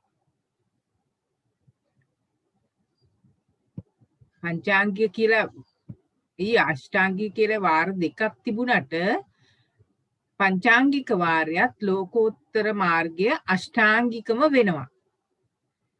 හේතුව තමයි මේ පංචාංගිකයේ අෂ්ටාංගිකයේ වෙනස තියෙන්නේ මේ සම්මා වාචා සම්මා කම්මන්ත සම්මා ආජීව යන මේ අංග මාර්ග අංග පංචාංගිකයේ අයින් කරලා තියෙනවා. මාර්ගාංග 5යි. අතන මාර්ගාංග 8යි. 8න් 3ක් අයින් කරාම අයින් කරපු 3 තමයි සම්මා වාචා සම්මා කම්මන්ත සම්මා ආජීව. හේතුව මෙතන කියනවා මාර්ග භාවනාවට పూర్ව භාගයේදී. දැන් මේ මාර්ග භාවනාව කියන්නේ සමත වඩලා විදර්ශනා කරලා මාර්ග සිත උපදවන අවස්ථාව. එතකොට සෝවාන් මාර්ගසිත 4 තමයි මේ ආකාරයට මාර්ගසිත 4 සහ ඵලසිත 4 අතරම මාර්ගාංග 8 එක විට උපදින්නේ එකම සිතක. එතකොට මේ අවස්ථාව ගැන තමයි කතා කරන්නේ. එතකොට මාර්ග භාවනාවට එන වෙලාව වෙනකොට ඒ පුද්ගලයාට పూర్ව භාගෙහි සුපරිශුද්ධ බැවින් ඒ කියන්නේ ශීලයෙන් සම්පූර්ණයෙන්ම පිරිසිදු වෙලා තමයි ඉන්නේ. పూర్ව භාගෙහි ඒ කියන්නේ పూర్ව භාග මාර්ගය මේ මාර්ග අවස්ථාවට ඉස්සෙල්ලා ඒ භාවනාවේදී සම්පූර්ණයෙන්ම යා සීලයෙන් සුපරිශුද්ධයි. ඒතකොට සම්මා වාචා සම්මා කම්මන්ත සම්මා ආජීව කියන තුන දැනටමත් එයා ඒ පුද්ගලයාට එහෙම නැත්නම් යෝගාවචරයට ලැබිලා අවසానයි සුපරිශුද්ධයි. අන්න ඒක හින්දා මේ අංග තුන අයින් කරලා කිව්වට මේකත් අෂ්ටාංගික මාර්ගයමයි කියලා තමයි කියන්නේ. තව වෙනසක් කියනවා මෙතන සුත්තාන්ත භාජනී අරියෝ අට්ටංගිකයෝ මග්ගෝ කියලා ආර්ය පදයෙන් කියලා තියෙනවා. අභිධර්ම භාජනයේදී අපි පෙළ පොත කියවනකොට දකි අරියෝයි නොවෙසසා ආර්ය කියන පදේ කියන්නේ නැතුව නිකම්ම අෂ්ටාංගික මාර්ගයයි කියලා කියන්නේ. ඒකත් කියනවා ආර්යයි නොකීවද අෂ්ටාංගික මාර්ගය ආර්යම වෙයි. සුත්තාන්ත භාජනයේ ලෞකික ලෝකෝත්තර මිශ්‍ර මාර්ගාංගයෝ කියන ලදහ අපි ඉස්සෙල්ලා කියපු වගේම අභිධර්ම භාජනයේ පඤ්ඤ පුච්චකයේදී ලෝකෝත්තර මාර්ගයෝම දක්වන ලදහ. ඔන්න ඔය ටික මතක තියාගෙන අපි යන් පෙළ පොත බලන්න. දැන් මෙතනින් සුත්තාන්ත භාජනීය විභාගය අවසන් කරා. මේ පෙළ පොත දැන් පෙළ පොත දෙක හරව ගන්න පිටුව 21 මැද ඉඳන් විස්තර වෙන්නේ ඡේදය 557. අෂ්ටාංගික මාර්ගය වෙයි. සම්මා දිට්ඨි මෙතන පෙය්‍යාලමක් තියෙනවා. පෙය්‍යාලමෙන් කියන්නේ මොන අංගද කියලා අපි දන්නවද? ඉතිරි අංග ටික. සම්මා දිට්ඨි, සම්මා සංකප්ප, සම්මා වාචා, සම්මා කම්මන්ත, සම්මා ජීව, සම්මා වායාම, සම්මා සති, සම්මා සමාධි. අෂ්ටාංගික මාර්ගයක් තියෙනවා. මාර්ගාංග 8ම කියනවා. සම්මා දිට්ඨි සම්මා සංකප්පේ මහත්මිය කිව්වා වගේ මාර්ගාංග 8 තමයි මේ අවසානික දක්වලා තියෙන සම්මා සමාධිය. ඒතර පෙය්‍යාලම පුරව ගන්න ඕන අපි. ඊට පස්සේ කියනවා දැන් මේ විස්තර කරනවා. එහි අෂ්ටාංගික මාර්ගයේ කවරේද යත්. දැන් මේ අභිධර්ම භාජනයේදී අපි මේක කියවලා බලමු මේ මොකක්ද කියලා. මේ සස්නෙහි මහාන තෙන්න යම් කලෙක දිට්ඨිගතයන්ගේ ප්‍රහාණය පිණිස ප්‍රථම භූමියට පැමිණීම පිණිස නෛර්යානික වූ අපචේගාමී වූ ලෝකෝත්තර ධානය වඩාද කාමයන්ගෙන් වෙන්වම අකුසලයන්ගෙන් වෙන්වම දුක්ඛ පටිපදා දණ්ඩා විඤ්ඤා වූ ප්‍රථම ධානයට පැමිණ වෙසේ. දැන් මේක අපිට හුරු පුරුදු කොටසක්ද? එහෙමයි මැඩම්. ධම්මසංගණී ලෝකෝත්තර කුසල සිත ප්‍රථම ධානය. මොන කුසල සිතද? සෝවාන් මාර්ග සිත. සෝවාන් මාර්ග සිත ධම්මසංගණීගේ ලියපු ආකාරය තමයි මේ තියෙන ප්‍රථම ධානය පදනම් කරගෙන. එතකොට අපිට මේ මෙතන පේන ප්‍රථම භූමියට පැමිණීම පිණිස කියපු ගමන් අපි දන්නවා සෝවාන් භූමිය කියලා. ප්‍රථම භූමිය කියන්නේ සෝවාන් භූමිය. දිෂ්ටිගතයන්ගේ ප්‍රහාණය පිණිස කිව්වත් අපි දන්නවා දෘෂ්ටිගතයන් ප්‍රහාණය වෙන්නේ සෝවාන් මාර්ග සිතේදී සමුච්ඡේද වශයෙන්. එතකොට නෛර්යානික කිව්වම අපචේගාමී කිව්වම අපි මේ වචන ඔක්කොම වලින් දන්නවා මේ ලෝකෝත්තර සිත් ගැන කියන්නේ. එතකොට ඒ ලෝකෝත්තර සිත් වලිනුත් දිට්ඨිගතයන්ගේ ප්‍රහාණ පිණිස ප්‍රථම භූමියට පැමිණීම පිණිස කියනකොටම මේ සෝවාන් මාර්ග කුසලයේ ගැන කුසල් සිත් තමයි මේ කතා කරන්නේ. පටිපදාවත් කියනවා දුක්ඛ පටිපදා දණ්ඩා විඤ්ඤා. එතකොට මෙන්න මේ අවස්ථාවේදී තමයි අපිට අෂ්ටාංගික මාර්ගය වෙන්නේ. එතකොට මේ සිතේ යෙදෙනවා චෛතසික බොහෝ ගණනක්. ධම්මසංගණී සිත ලියනකොට පරෝපන්නාස ධර්ම ආකාරයට බොහෝ ධර්ම සංඛ්‍යාවක් තියෙනවා. මෙතනින් අෂ්ටාංගික මාර්ගය අතුලත් මාර්ගාංග 8ම යෙදෙනවා. මේක තමයි කියන්නේ. ඒක එළියට අරගෙන තියෙනවා. එවිට සමෙහි අෂ්ටාංගික මාර්ගය වෙයි. මොනවද මේ අෂ්ටාංගික මාර්ගයේ? සම්මා දිට්ඨි, සම්මා සංකප්ප, සම්මා වාචා, සම්මා කම්මන්ත, සම්මා ආජීව, සම්මා වායාම, සම්මා සමාධි. මේ පෙය්‍යාලමත් පුරෝගණ අංග 8ම මෙතන තියෙනවා. ඔන්න මේක තමයි අර අපි සංඥාපනයේදී දැක්ක මාර්ගාංග 8 එකටගෙන කියලා අපි ඉස්සෙල්ලා ලියාගත්ත තැන ලියාගන්න වරහන් ඇතුලේ ඡේදය 557. අපි සංඥාපනය කරද්දී ලියාගත්තනේ වගන්ති වගේ මාර්ගාංග 8 එකටගෙන ඒකේ වරහන් ඇතුලේ ලියාගන්න ඡේදය 557. එතකොට ඔයගලන්ට මේ දෙක ගලප ගන්න සංඥාපනයයි පෙළ පොතයි ගල්ප ගන්න පහසුයි. එතකොට මෙතන කියන්නේ මාර්ගාංග 8 එකටගෙන කුසල සිත. මේ කුසල සිතනේ. සෝවාන් මාර්ග සිත කියන්නේ කුසල සිත. විපාක සිත නෙමෙයි. එතකොට මේ විදියට සිත ලියලා එක එක අංගය විස්තර කරනවා. මේ තියෙන්නේ ධම්මසංගණියේ එක එක මාර්ගාංගේ විස්තර කරපු ආකාරයමයි. මේක මම එකක් මතක් කරන්නම්. ඒ විදියටම ඔයගොල්ලෝ අනිත් අංග බලන්න ඕන. අපි ධම්මසංගණියේදී මේවා මේ විදියට බොහෝ විස්තර විභාග කරා. ඒතකොට සම්මා දිට්ඨිය කවරේදයක්? මාර්ග අංග වූ මාර්ග පරියාපන්න වූ යම් ප්‍රඥාවක්. අපි දන්නවා සම්මා දිට්ඨිය කියන්නේම චෛතසිකයේ ප්‍රඥාව. එතකොට නමුත් මේ ප්‍රඥාව මාර්ගාංගයක් වෙලා මාර්ගයට පරියාපන්න වෙලා නිකම් ප්‍රඥාව නෙමෙයි. කාමාවචර කුසල සිතේ දෙන ප්‍රඥාවවත් රූපාවචර අරූපාවචර සිත්වලේ දෙන ප්‍රඥාවවත් නෙමෙයි. මේ ප්‍රඥා චෛතසිකය නමුත් මාර්ගාංගයක් වෙච්ච ප්‍රඥා චෛතසිකය. එතකොට මේ විදිහට තමයි ධම්මසංගණී සම්මා දිට්ඨිය විස්තර කරන්නේ. පජනාකාරයේ මෙතන පෙය්‍යාලමට තියෙනවා ප්‍රඥාවට ගොඩාක් වචන. පතෝදේ ඒ විදිහට වචන පේලියක්ම තියෙනවා. මේ ඒ ටිකෙන් මේක පුරව ගන්න ධම්මසංගණී සම්මා දිට්ඨිය කියන එක කොයි ආකාරයකද විස්තර කරලා තියෙන්නේ කියලා බලලා ඊට පස්සේ අවසාන ටික තමයි අමෝහේ. ප්‍රඥාව කියන්නේ අමෝහය. මේ ප්‍රඥාවට වචන මට මතක හැටියට 30ක් විතර දීලා තියෙනවා. ධම්මවිචේ සම්මා දිට්ඨිය ධම්මවිචේ සම්බොජ්ජංගයක්. අපි ඉස්සෙල්ලා ගිය සතියේ සම්බොජ්ජංග විභංගය කරා. එතකොට මේ ධම්මවිචේ සම්බොජ්ජංගයකුත් වෙලා. ඒ කියන්නේ ප්‍රඥාව දියුණු වෙලා මේ මට්ටමට මාර්ග අංග මට්ටමට ඇවිල්ලා තියෙනවා. මේකට තමයි සම්මා දිට්ඨි කියලා කියන්නේ. ඒ විදිහටම අංග 8ම විස්තර කරනවා සම්මා සංකප්ප. ඔව් මැඩම් මේ කියන්නේ. වචනවල අර වචන 30ක් තියෙනවානේ ප්‍රඥාව සම්බන්ධයෙන් ඒ වචනවල පොඩි වෙනස්කම් ඇති නේද මැඩම්? ධම්මසංගණියේදී ඒක කරන්නේ නැති නේද?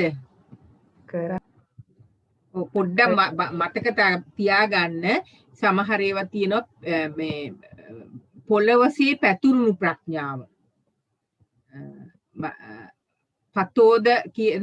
පතෝද කියනවා ඊළඟට ඒ කියන්නේ දැන් වැරදි පැත්තට යනකොට කෙවිතකින් ගහන්න වගේ. ඒ විදිහේ ප්‍රඥාව. ඔන්න ওই ආකාරයට ප්‍රඥාවට වචන 30ක් ධම්මසංගණියේ විස්තර කරලා තියෙනවා. ඒක පොඩ්ඩක් මතක් කරගන්න ධම්මසංගණියේදී දැන් මේ ඔක්කොම අපිට මේ මෙතන විභාගයට ලියන්න මතක තියාගන්න පුළුවන් නම් හොඳයි. බැරි නම් අඩුතරමින් මේ වැදගත් වචන කීපයක් ප්‍රධාන වචන කීපයක්වත් ඔක්කොම වැදගත්. නමුත් ප්‍රධාන වචන කීපයක්වත් මතක තියාගෙන ලියන්න වෙනවා. දැන් මෙතන කීපයක් දීලා තියෙනවා. ප්‍රඥාවේ පජනනාකාරයේ අමෝහයක්, ධම්මවිචයක්, සම්මා දිට්ඨියක්, ධම්මවිචේ සම්බොජ්ජංගයක් කියන වචන ටික දීලා තිනවා. මේ පෙయ్యාලෙම ඇතුලේ තිනවා තව වචන ගොඩක්ම. ඒක පොඩ්ඩක් බලා ගන්න මහත්මිය. ඊළඟට සම්මා සංකප්පයට මාර්ගාංග වූ මාර්ගපරියාපන්න වූ යම් තර්කයක්, විතර්කයක්, සංකල්පයක්, අර්පණායික බලවත් අර්පණ මේ විදියට මේ ධම්මසංගණී සම්මා සංකප්ප විස්තර කර ආකාරයටමයි සම්මා වාචා චතුර්විත වාග් දුස්චරිතෙන් වෙන්වීම විරති පටිවිරති වේරමණී ඒ ওই විදියට විස්තර කරනවා. ඊට පස්සේ සම්මා ආජීවය මාර්ගාංග වූ මාර්ගපරිය යම් මිච්ඡා ආජීවෙන් වෙන්වීමෙක් විරතියෙක් පටිවිරතියෙක් මේ වේරමණී විරති පටිවිරති කියන වචන තුන එන්න ඕන. වේරමණී විරති පටිවිරති කියන වචන තුන.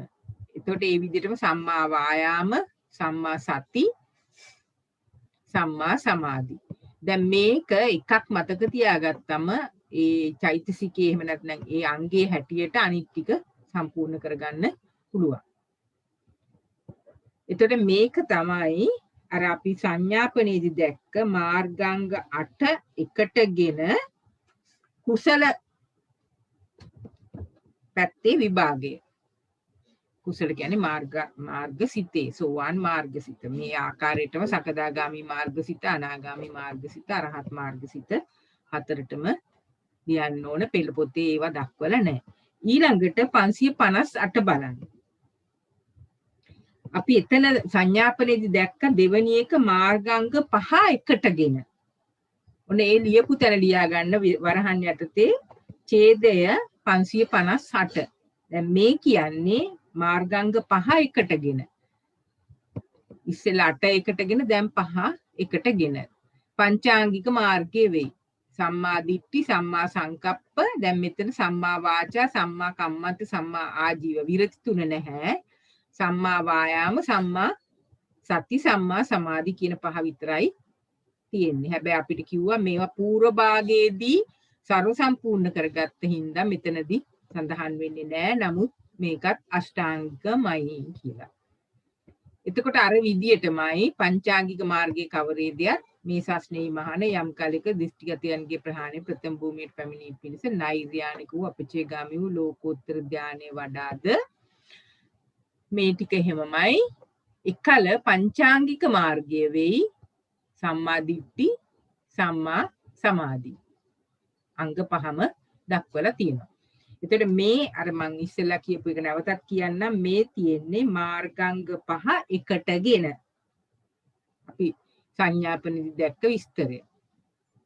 ඊට පස්සේ එක එක මාර්ගාංගේ විස්තර කරනවා. ඉස්සෙල්ලා උඩ ඡේදයේදී විස්තර කරපු ආකාරයටම විස්තර කරනවා. නැවත මම මේක කියන්න යන්නේ ප්‍රඥාවක් පජනාකාරයේ ඒ විදිහට ධම්මවිච සම්බොජ්ජංගයක් වේද මේ සම්මා දිට්ඨිය, සම්මා සංකප්ප, සම්මා වායාම, සම්මා සති, සම්මා සමාධි.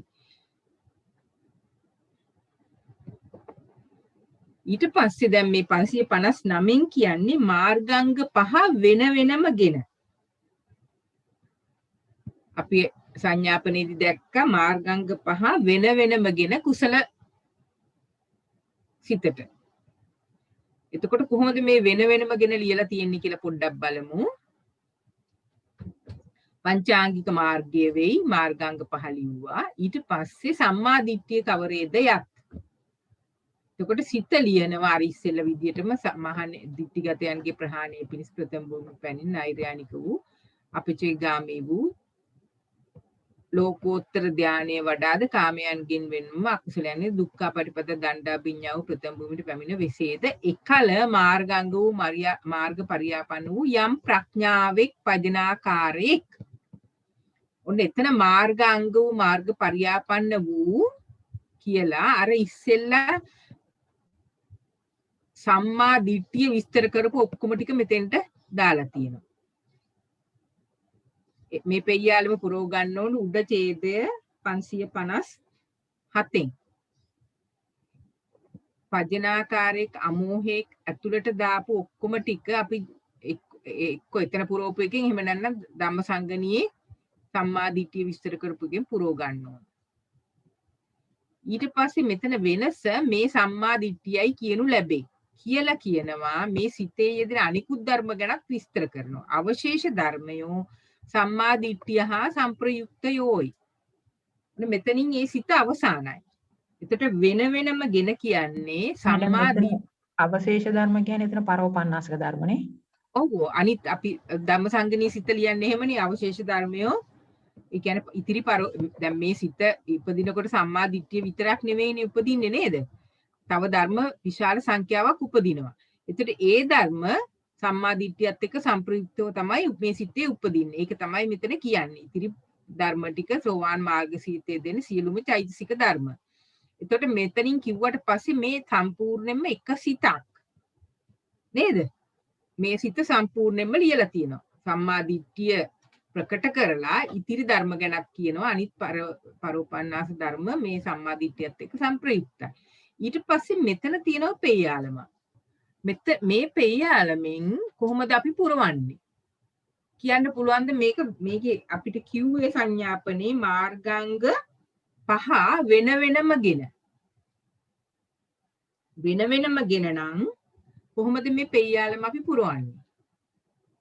මේක බැලුවත් ඕගොල්ලන්ට පේනවා. මේ අවසාන අංගය ගැන මෙහි ලියලා තියෙනවා. මෙන්න මේ විදියට මේ හැම අංගයම ලියන්න ඕනේ. එහෙම නැත්නම් සම්මා දැන් මේ පෙළේ තියෙන මේ විස්තර වෙන්නේම මේ ආකාරයට. මුල එක කියනවා, මැද පෙయ్యాලම් වලින් කියනවා, අවසාන එක කියනවා. ඒතර මුල එක කියපු විදියයි අවසාන සම්මා සමාධිය කියපු විදියටයි පුරවන්න ඕන මේ පෙయ్యాලම් තුනම. අනිත් අංග ටික ඔක්කොම. එතකොට ඒක තේරුණාද මං කියන එක?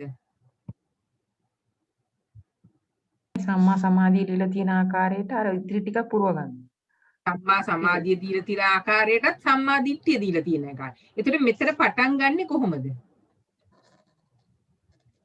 මෙතන. මෙන්න මෙතන පටන් ගන්නෙ කොහොමද? යම් මේ සස්නේ මහන යම් කලක දෘෂ්ටිගතයන් අපි ලියන්න ඕන එහි සම්මා සංකප්පය කවරේද යත්. මම මේ දැන් කියන්නේ මෙන්න මේ පෙయ్యాලම් පුරවන ආකාරය. එහි සම්මා සංකප්පය කවරේද යත්. මේ සස්නේ මහන යම් කලක දිට්ඨිගතයන්ගේ ප්‍රහාණය පිණිස ප්‍රථම භූමියේ පැමිණීම පිණිස නෛර්යානික වූ අපචේගාමු ලෝකෝත්තර ධානයේ වඩාද කාමයන්ගෙන් වෙන්වම අකුසලයන්ගෙන් වෙන්වම දුක්ඛ පටිපදා දණ්ඩා විඤ්ඤා වූ ප්‍රථම ධානයට පැමිණ වෙසේද එකල මාර්ගාංග වූ මාර්ග පරියාපන්න වූ ප්‍රඥාවක් කියලා දෙන්නේ නෑ. ඊට පස්සේ සම්මා සංකප්ප කියන්නේ සම්මා සංකප්ප ධම්මසංගණී විස්තර කරපු ආකාරය මෙතන දාන්න ඕනේ. අපි අර උඩදී දැක්කා. ඊට පස්සේ කියනවා අවශේෂ ධර්මයෝ සම්මා සංකප්පය හා සංප්‍රයුක්තයෝය. ඒ ටික මෙතන කියලා තියෙනවා මේ අවශේෂ ධම්මයෝ සම්මා සංකප්පය හා සංප්‍රයුක්තයෝය. මෙන්න මේ පෙయ్యాලම අර ඉස්සෙල්ලා කියපු විදිහට එතකොට පුරව ගන්න ඕනේ. ඒ විදිහටම තමයි මෙතන. දැන් මෙතන මොකද මේ දැන් සම්මා සංකප්පයත් විස්තර කරලා දැන් සම්මා වායාමයේ විස්තර කරනවා. මෙතන පෙయ్యాලම යම් මහත්මියක් කියන්න පුළුවන්ද කොහොමද පටන් ගන්නෙ? එහි සම්මා වායාම කවරේදයත් මේ ශාස්ත්‍රී මහන යම් කාලයක දෘෂ්ටිගතයන්ගේ ප්‍රහාණය පිණිස ප්‍රථම භූමියට පැමිණීම පිණිස නෛර්යානික වූ අපචේගාමී ලෝකෝත්තර ධානයේ වඩාද කාමයන්ගෙන් වෙන්වම අකුසලයන්ගෙන් වෙන්න දුක්ඛ පටිපදා දන්දා බිඤ්ඤා වූ ප්‍රථම ධානයට පැමිණ විසේද එකල මාර්ගාංග වූ මාර්ග පරියාපන්නෝ යම් ව්‍යායාමයක් නේද? මෙතන වෙනස මෙතෙන්ට වෙනකන් ලියලා ඊට පස්සේ වායාමයට අදාළ ධම්මසංගණී කොටස මෙතන ලියන්න ඕන කියලා අවශේෂ ධර්මියෝ සම්මා වායාමය හා සංප්‍රයුක්තව. බොහොම හොඳයි. ඊට පස්සේ ඒ විදිහටම තමයි මෙතන සම්මා සතියට අදාළ අර පටන් අරගෙන මේ විදිහට ඒ ඉතිරි වලින් අවසන් කරන්න ඕන. දැන් මේ තියෙන්නේ ඇත්තටම කිව්වොත් සිත් කීයක්ද මෙතන තියෙන්නේ? සිත් 5යි. ඔව් සිත් 5ක් කියනවා වෙන වෙනම ගෙන කියන්නේ අන්න ඒකයි. මට ඒකයි පෙන්නන්න ඕනුනේ. අපි සංඥාපනයේදී දැක්ක මාර්ගාංග 5 වෙන වෙනම ගෙන එක සැරයක් එක මාර්ගාංගයක් ප්‍රකට කරලා සෝවාන් මාර්ගසිත ලියනවා. ඊට පස්සේ කියනවා අවශේෂ ධර්මයෝ සම්මා දිට්ඨිය හා සංප්‍රයුක්තයෝ කියලා. ඒ විදිහටම දෙවනි මාර්ගාංගය ප්‍රකට කරලා සෝවාන් මාර්ගසිත ලියනවා. අවසානයේදී කියනවා අවශේෂ ධම්ම සම්මා සංකප්පය හා සංප්‍රයුක්තයෝ. ওই විදිහට අවසානයේදී කියනවා මෙන්න මේ අවසානයේ පොතේම දීලා තිනවා. එහි සම්මා සමාධිය කවරේදයක් මේ සස්නේ මහන අර විදිහට සිත ලියලා ඊට පස්සේ කියන එකල මාර්ගාංග වූ මාර්ග පරියාපන්න වූ චිත්තයාගේ යම් ස්මෘතියේ සම්මා සමාධියේ මේක කියන්නේ අර සමාධියට අදාළ ධම්මසංගණී ඔක්කොම වචන ටික ලියලා සමාධි සම්බොජ්ජංගයක් වේද මේ සම්මා සමාධියයි කියනු ලැබේ. අවශේෂ ධර්මයෝ සම්මා සමාධි හා සංප්‍රයුක්තයෝයි. දැන් දකින්න මේ ඡේදයේ 559 කියන ඡේදයේ උඩ 558 ඡේදයේ වෙනස.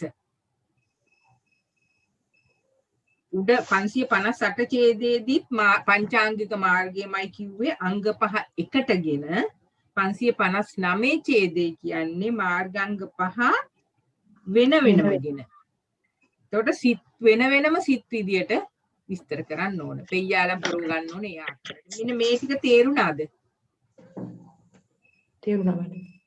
හොඳටම තේරුණාද? අනිත් මහත්මීන්ටත් තේරුණාද? තේරුණා මට. හොඳයි. නැවතත් බලන්න මේක ආපහු බල තමන්ට ධාරණය කරගන්න උත්සාහ කරන්න. එතකොට දැන් අපි කුසල් ටික ලිව්වා. අපි සංඥාපනයේදී දැක්කා කුසල් ක්‍රම 3කට ලියනවා.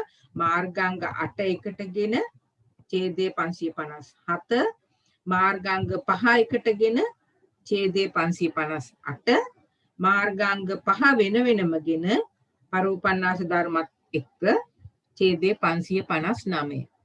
ඔක්කොත් අපි එතෙන්ට වෙනකන් අවසන් කරා. දැන් අපි බලමු 560 ඉඳන් මොකද්ද තියෙන්නේ කියලා. දැන් මේක අපි පොඩ්ඩක් 560 කියවලා බලමු. අෂ්ටාංගික මාර්ගය වෙයි. දැන් මේක පංචාංගික නෙමෙයි අෂ්ටාංගික. එතකොට අංග 8 මෙතන කියලා තියෙනවා. මේවා පෙయ్యාලම් පුරව ගන්න. මෙහි අෂ්ටාංගික මාර්ගයේ කවරේද යත්? මේ සිත ලියනවා මේ සස්නේ මහාන යම් කලක දිට්ඨිගතයන්ගේ ප්‍රහාණය පිණිස ප්‍රථම භූමියට පැමිණීම පිණිස නෛර්යානික වූ අපචේගාමී ලෝකෝත්තර ධානයේ වඩාද කාමයන්ගේ අකුසලයන්ගෙන් වේ දුක්ඛ පටිපදා යති දණ්ඩා විඤ්ඤා ප්‍රථම ධානයට පැමිණ වෙසීද එකල ස්පර්ශය වේ අයුක්කේපය වේ. මේක දැක්කම අපිට මොකද්ද පේන්නේ? නාසක ධර්ම ටික. පරෝපන්නාස ධර්ම. මෙතන එන්න ඕන ධර්ම බොහෝ ගණනක්. මට මතක හැටියට සෝවාන් මාර්ග සිතේ යෙදෙනවා පරෝපන්නාස ධර්ම 60ක් වගේ මතක.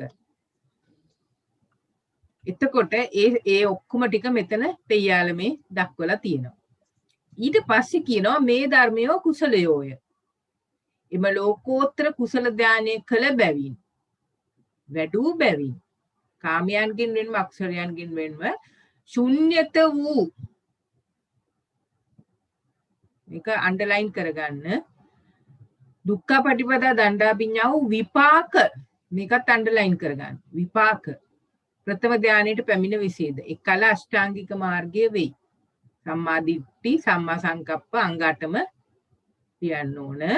මේ අෂ්ටාංගික මාර්ගයයි කියනු ලැබේ. අවශේෂ ධර්මය අෂ්ටාංගික මාර්ගය හා සංප්‍රයුක්තයෝය. දැන් මේ සිත බැලුවම මේක මොන සිතද කියලාද අපිට පේන්නේ. ධම්මසංගණී මතක් කරගන්න. මේ ධ්‍යානට අදෝප සෝවාන් මාර්ගසිතේ කුසල සහ විපාක සිත් දෙක. විපාක සිතද විපාක ඵල සිතද? ඵල සිත ලියන මේ කුසල කොටස ලියලා තමයි ඒ දානේ ඒ කුසලය කළ බැවින් වැඩූ බැවින් කියලා තමයි ලියන්නේ. මේ ඇත්තටම තියෙන ඵල සිත. ධම්මසංගණිය බලන්න ළඟ තියෙනවා නම් ළඟ තියාගන්න ළඟ තියාගෙන බලන්න ධම්මසංගණිය සෝවාන් ඵල සිත ලියපු ආකාරයමයි මේ. මෙතන සටහනක් දාගන්න ධම්මසංගණිය බලන්න සෝවාන් ඵල සිත. එතකොට කුසලය ලියලා කුසලය කළ බැවින් වැඩූ බැවින් තමයි මේ විපාකය. මේ ශුන්්‍යත වූ කියන ඒ වචන එන්නේ විපාක සිතට. මේක ධම්මසංගණියේ සෝවාන් ඵලසිත නැවත නැවත බලලා මේකත් එක්ක සංසන්දනය කරලා තේරුම් ගන්න බලන්න මේ මොන සිතද කියලා. එතකොට සෝවාන් ඵලසිත කියන ආකාරය. එතකොට මේක අෂ්ටාංගික මාර්ගය, මේක කුසලය නෙමෙයි කුසල විපාක සිත. එතකොට මාර්ගාංග එකටගෙනද වෙන වෙනමගෙනද මේක? මාර්ගාංග එකටගෙන. එකටගෙන මේ ඔක්කොම මාර්ගාංග 8 එකට ලියලා තියෙනවා. අපි මාර්ගාංග වෙන වෙනමගෙන 8 වෙන වෙනමගෙන එකේ අපි දැක්කා 559 ඡේදයේදී එතන වෙන වෙනම සිත් ලියන්න ඕන. මෙතන වෙන වෙනම සිත් ලියලා නැහැ. එකම සිතේ අංග 8 එකට යෙදිලා තියෙනවා.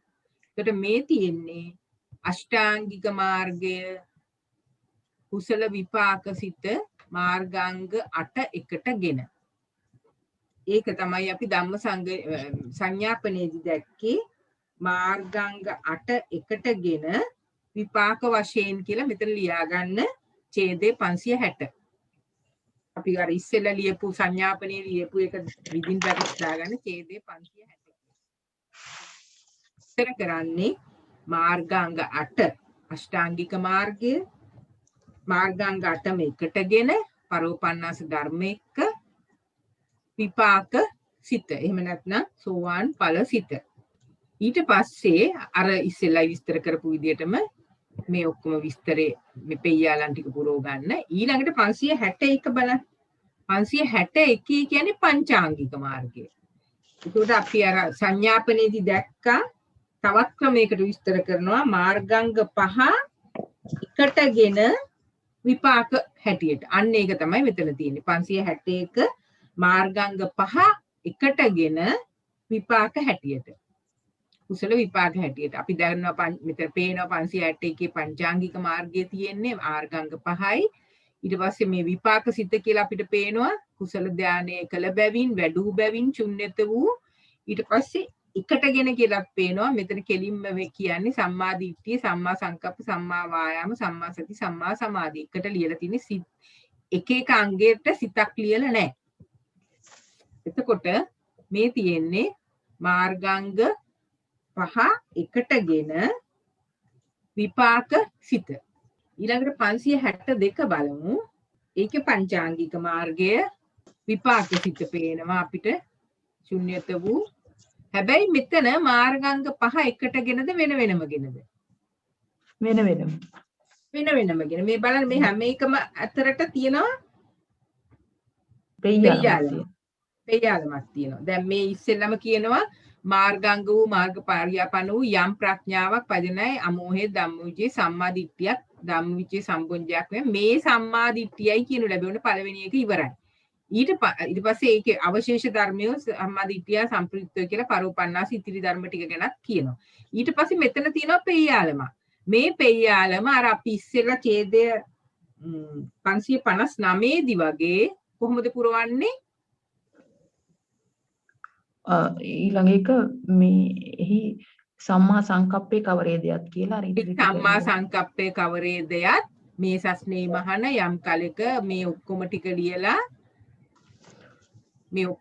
ලියලා ඒ කුසලයේ වැඩි බැවින් කාමයන්ගෙන් නොමද මේ ඔක්කොම දුක් ශුන්්‍යත වූ විපාක ප්‍රථම ධානයට පැමිණි විදිහට එකල මාර්ගාංග වූ මාර්ගපරියාපන්න වූ යම් සංකල්පයක් වේද අන්නේ විදිහට යන්න ඕනේ. යම් සංකල්පයක් ඒ සම්මා සංකප්පේ ධම්මසංගිනී විස්තරපු වචන ටික ඔක්කොම දාලා අවසානයේදී අවශේෂ ධම්මය සම්මා සංකප්පය හා සම්ප්‍රයුක්තයෝයි කියලා පෙయ్యාලම ලියන්න ඕනේ. ඒ ආයිත් නැවත විපාක සිත ලියනවා සම්මා සංකප්පය ප්‍රකට කරලා මේක සම්මා වායාමයේ ප්‍රකට කරලා මේකත් නැවත ලියන්න ඕන පෙయ్యాලම මේ මුල ඉඳලම ලියන්න ඕන ඊළඟට සම්මා සතිය වෙයි ඔන්න බලන්න මේ පෙළේ සම්මා සමාධිය සම්පූර්ණයෙන්ම ලියලා තියෙනවා අර සම්මා දිට්ඨිය වගේම අවසානික හින්දා ඒක ලියනවා සම්මා සමාධිය කවරේ දෙයක් මෙන්න මේ විදිහට අර අනිත් සම්මා වායාම සම්මා සංකප්ප වායාම සති ඔක්කොම මේ විදිහටම ලියන්න ඕන. ඒතර මේ නැවතත් සිත ලියනවා ඵලසිත පරෝපන්නාස ධර්මත් එකටම සඳහන් කරලා ඵලසිත ලියන ආකාරය. ඒතර මේක තමයි මාර්ගාංග 5 වෙන වෙනමගෙන විපාක සිත විපාක වශයෙන්. මෙන්න මේ 6 තමයි අපිට අර සංඥාපනයේදී විස්තර කරේ. එතකොට මේ විදිහට ලියලා මෙතන අභිධර්ම භාජනීය අවසන් කරලා තියෙනවා. දැන් මේ අපි පඤ්ඤ පුච්චකයට යන්න ඉස්සෙල්ලා මෙතෙන්ට වෙනකන් යම් අපහැදිලි ස්ථානයක් යම් දෙයක් කියන්න තියෙනවා නම් මහත්මී මෙතෙන්දී අපි සාකච්ඡා කරලා යමු. මහත්මිය 561යි 62යි නැවත පොඩ්ඩක් විස්තර කළොත් 560 හොඳට තේරුණා.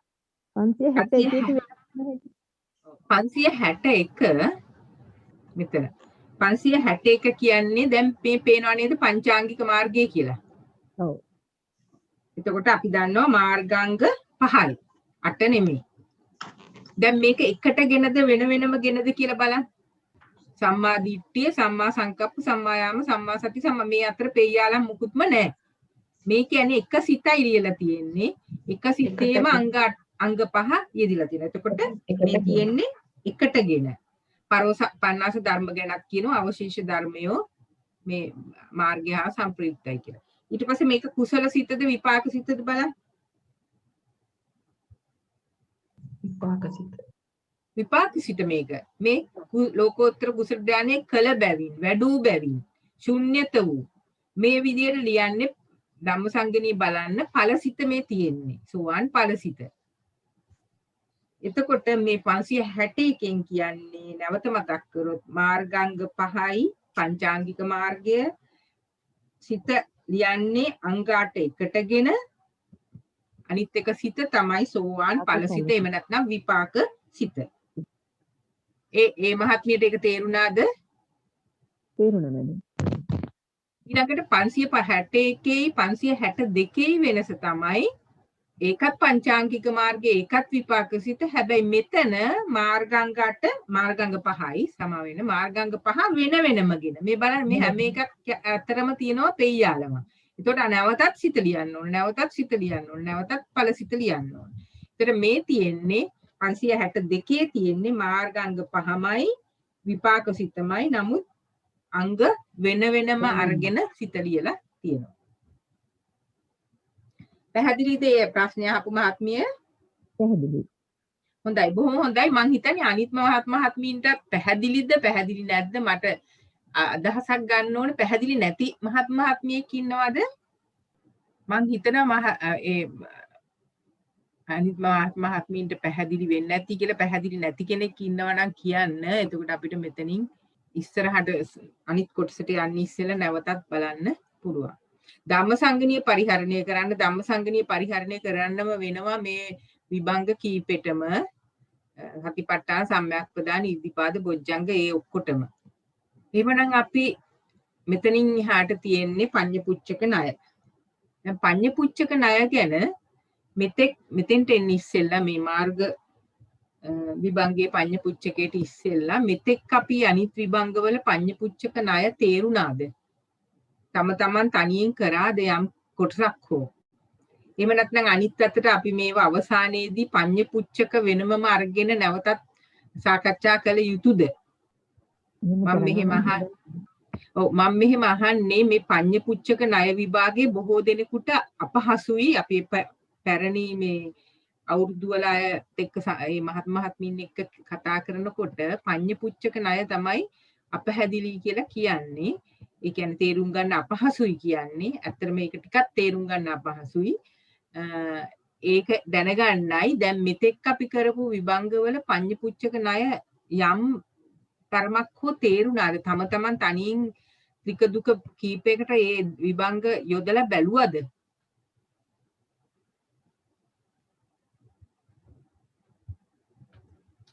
සමහර ඒවා ලියුවා නේද? ඒ මහත්මිය කවුද? ස්වර්ණා සමරසිංහ. ඔව් සොන්න මහත්මිය මේ ඉස්සෙල්ලා විභංග වලට පඤ්ඤපුච්චක ණය තේරුණාද? තමා විසින්ම කරාද? කීපයක්වත්. ඔව්. හොඳයි. තේරුණාද මහත්මිය? දෙකක් විතර කළා තනි පොතක ලියුවා ඒක. එතකොට යම් ප්‍රමාණයකට හරි තේරුම් ගන්න පුළුවන්ද? මොකද මේ දැන් උතන තියෙනවානේ ත්‍රික ධර්ම 22ක් තියෙනවා, දුක ධර්ම 100ක් තියෙනවා. එතකොට 122ක් ලියන්න ඕන හරි විදියට නම්. එතකොට ඒකෙන් අඩුතරමින් යම් සෑහෙන ප්‍රමාණයක්වත් ලිව්වම Tamanට ධාරණය වුණා, තේරුම් ගත්තා කියන එක ගැන සෑහීමකටපත් වෙන්න පුළුවන්. අනිත් මහත්මීන් කොහොමද? මෙතෙක් කතා නොකරපු වෙලත් මහත්මිය කිව්වොත් කොහොමද? මැඩම් කරා ඉතින් සමහරක් කරලා බැලුවා ඉතින් තේරුණා. අපි අවසානයේදී බලමු මේවා ඉවර කරලා ආයි පඤ්ඤපුච්චක සම්බන්ධයෙන් වෙනත් මේ සාකච්ඡාවක් කරන්න අවශ්‍ය වෙනවද කියලා. හොඳයි අපි මේ එහෙමනම් දැන් මේ 563 ඡේදයේ පඤ්ඤපුච්චක ණය පටන් ගන්න මෙතනින්. අපි තේරුම් ගන්න බලමු වෙනදා ආකාරයටම කොහොමද මේ පඤ්ඤපුච්චක ණය විභාග කරන්න කියලා. ආර්ය අෂ්ටාංගික මාර්ගය වෙයි. ඒ මෙසේය. ඒකට මාර්ගාංගට මතක් කරනවා නැවතත් සම්මා දිට්ඨි, සම්මා සංකප්ප, සම්මා වාචා, සම්මා කම්මන්ත, සම්මා ආජීව, සම්මා වායාම, සම්මා සති, සම්මා සමාධි. මෙතන 8ක් ගැනමයි කතා කරන්නේ 5ක් ගැන නෙමෙයි. ඊට පස්සේ දැන් 564 ඡේදයේ එකින් එක ගන්නවා. දැන් මේ තියෙන්නේ අෂ්ට මාර්ග අංගයෝ. දැන් මේ 564 කියන්නේ මේ ප්‍රශ්නේ අහන්නේ කොහොමද කියලා. ආර්ය අෂ්ටාංගික මාර්ගයන් අතුරින් ආර්ය නෙමෙයි අෂ්ටාංගික මාර්ගයන් අතුරින් කෙතෙක් කුසලයෝද කෙතෙක් අකුසලයෝද කෙතෙක් අව්‍යාකතයෝද මේ කියන්නේ මොන ත්‍රිකයටද? කුසල ත්‍රිකය. කුසල ත්‍රිකය. ඊට පස්සේ මෙතන බලන්නකෝ සරණුවකිට මෙතන පෙయ్యාලම එන්න ඕනේ මෙතෙන්ට නෙවෙයි මෙතෙන්ට නේද?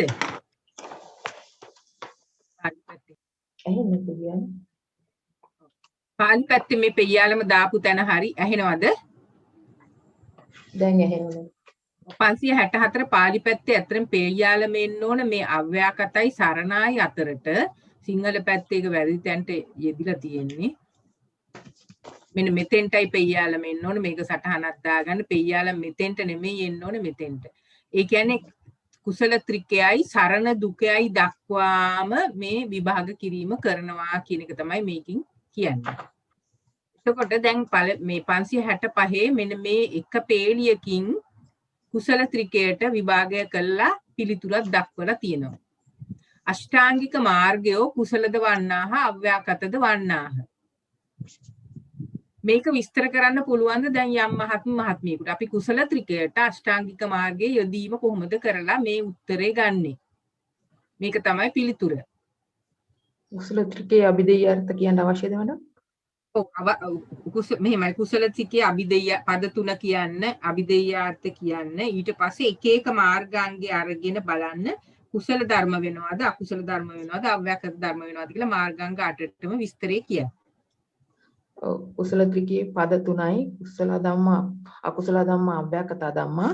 කුසල ධම්මයේ අභිධේය අර්ථ කුසල සිත් 21යි චෛතසික 38යි අකුසල ධර්මයේ අකුසල සිත් 12යි චෛතසික 27යි අව්‍යාකත ධම්මයේ විපාක සිත් 36යි ಕ್ರಿಯಾ සිත් 30යි චෛතසික 38යි. අර කොන්නේ නේ රුපියල් 28යි නිර්වාණ. ඒවත් ලියන්න ඕනේ. තව තියෙනවා ඉන්න අව්‍යාකත ධම්මේ තව නැද්ද අභිධේය අර්ථ? රූප 28යි මේ නිර්වාණේ. රූප 28යි නිවන ඔබතුමී කිව්වනේ මට අහුන්නේ නැහැ සමා වෙන්න. හරි. එතකොට දැන් කුසල ත්‍රිකේ පද තුන හරි අභිධේයාත ටික හරි මේ මහත්මේ ඊටම හොඳින් කිව්වා. දැන් අපි කරන්නේ මාර්ගාංග 8 පළවෙනි මාර්ගාංගය ආරම්භ බලන්න කොහෙටද වැටෙන්නේ කියලා. සම්මා ඒ වෙන වෙනම කියන්න ඕනද මැඩම්? ඔව් වෙන වෙනම කියන්න. එහෙම කරලානේ මේ උත්තරේ ගන්න ඕන. එතකොට සම්මා දිට්ඨි කියන්නේ ප්‍රඥා චෛතසිකය. ප්‍රඥා චෛතසිකයේ පළවෙනි කුසල ධම්මයේ චෛතසික 38 තියෙනවා. ඊළඟට දැන් ඒ තියෙන්නේ මොන සිත හින්දාද? දැන් මේක පොඩ්ඩක් අපි විභාග කරමු. කුසල ධම්මා කියන්නේ ඔබතුමිය කිව්වා කුසල් සිත් 21යි චෛතසික 38යි. ඔව් ලෝකෝත්තර කුසල් සිත් 4.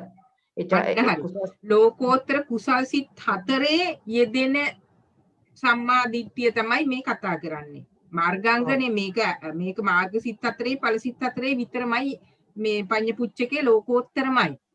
එතකොට මේ කුසල් සිත් 21 ඇතුලේ තියෙනවා ලෝකෝත්තර කුසල් සිත් 4. මාර්ග සිත් 4. අන්නේ හතරේ තියෙන ප්‍රඥාව තියෙන නිසා තමයි මේක ප්‍රඥාව තියෙනවා කියලා කියන්නේ. බොහොම පිං. දැන් ඊළඟ එකට යන්න. අකුසල ධම්ම. කුසල ධම්මයිකේ ඊට පස්සේ ඒ ලෝකෝත්තර කුසල් සිත් 4ෙම තියෙනවා. ඊළඟට සම්මා දැන් අපි හරස් අතර ගියොත් දැන් සම්මා දිට්ඨිය තියෙනවද දෙවනි පදේ? කුසල ත්‍රිකයේ දෙවනි පදේ? නැහැ. නැති හේතුව කියන්නේ. ඒක අකුසල සිත් තියෙන එතන. එතන අකුසල සිත්. ඒකින්ද ඔව්. ඒ නිසා මේ සම්මා දිට්ඨිය එතන නැහැ. එතන තියෙන මිච්ඡා දිට්ඨිය. එතකොට සම්මා දිට්ඨිය අකුසල වෙන්නේ නැහැ. ඔව්. ඊළඟට තුන්වෙනි පදේ විපාක සිත් 6නේ එතන ඵල සිත තියෙන්නේ. ඵල සිත් 4ක් තියෙනවා. ඔව් ඵල සිත් 4 යෙදෙන ප්‍රඥා චෛතසික තියෙනවා. ඒ නිසා සම්මා දිට්ඨිය කුසල වෙනවා, අකුසල වෙන්නේ නැහැ, අව්‍යාකත වෙනවා. හරි. හරි. ඒකින්ද තමයි මෙතන උත්තරේට ලියලා තියෙන්නේ මාර්ගාංග 8 එකටම කියලා තියෙනවා. නමුත් සම්මා දිට්ඨිය කුසලද වන්නාහ, අව්‍යාකතද වන්නාහ.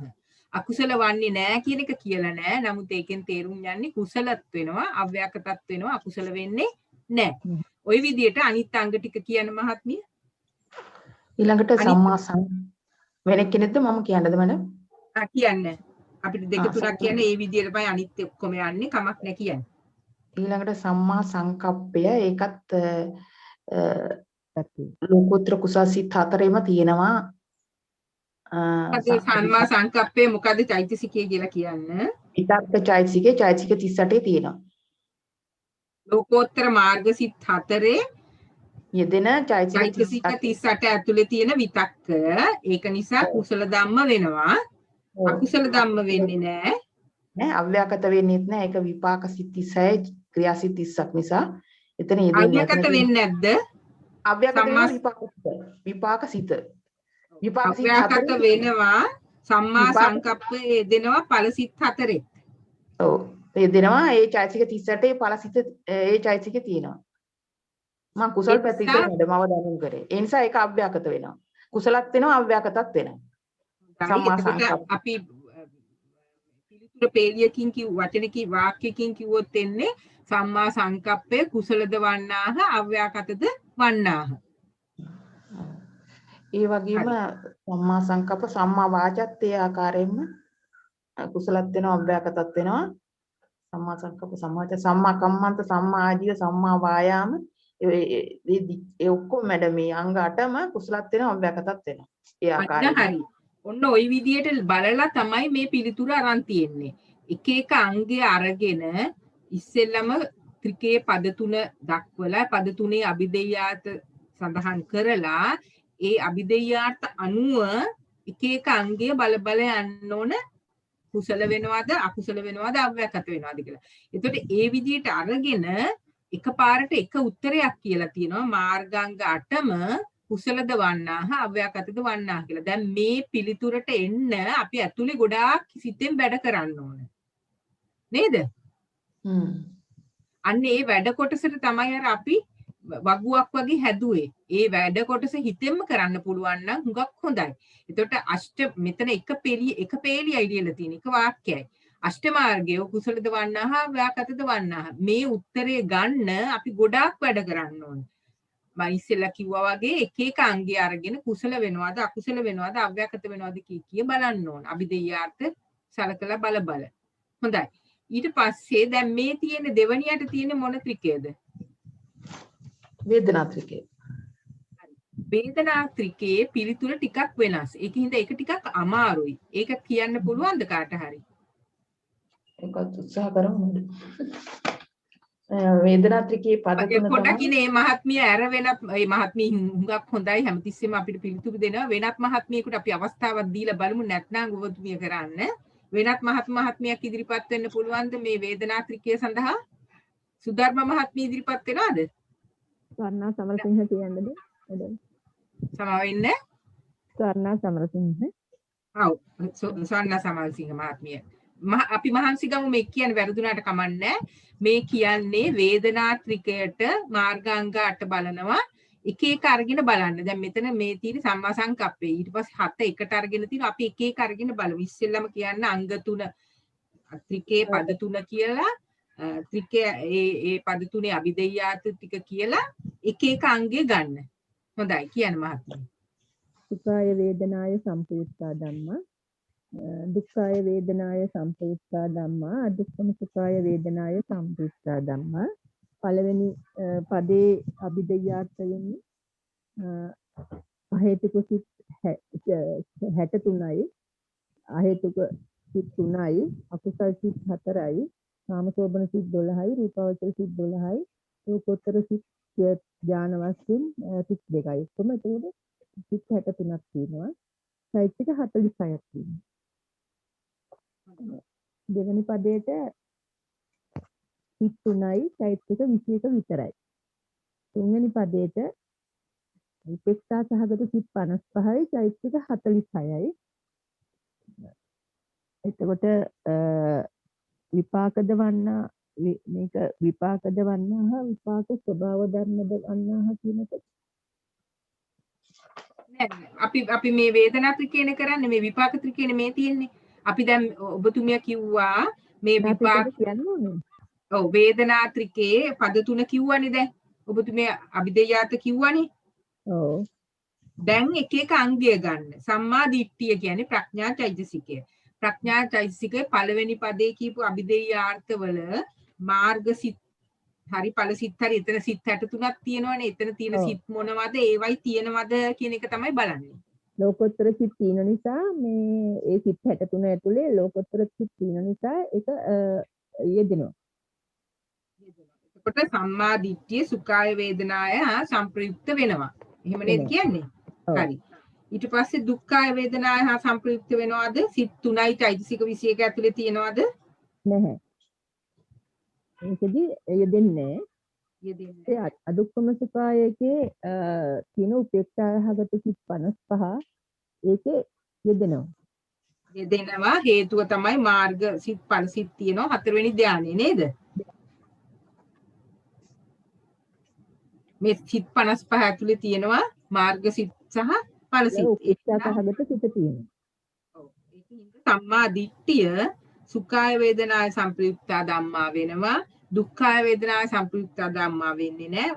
අදුක්ඛම සුඛාය වේදනාව සංප්‍රයුක්තා ධම්මා වෙනවා. හරි. දැන් සම්මා සංකප්පේ තමයි මේකේ අමාරු. සම්මා සංකප්පේ විස්තර කරන්න පුළුවන්ද?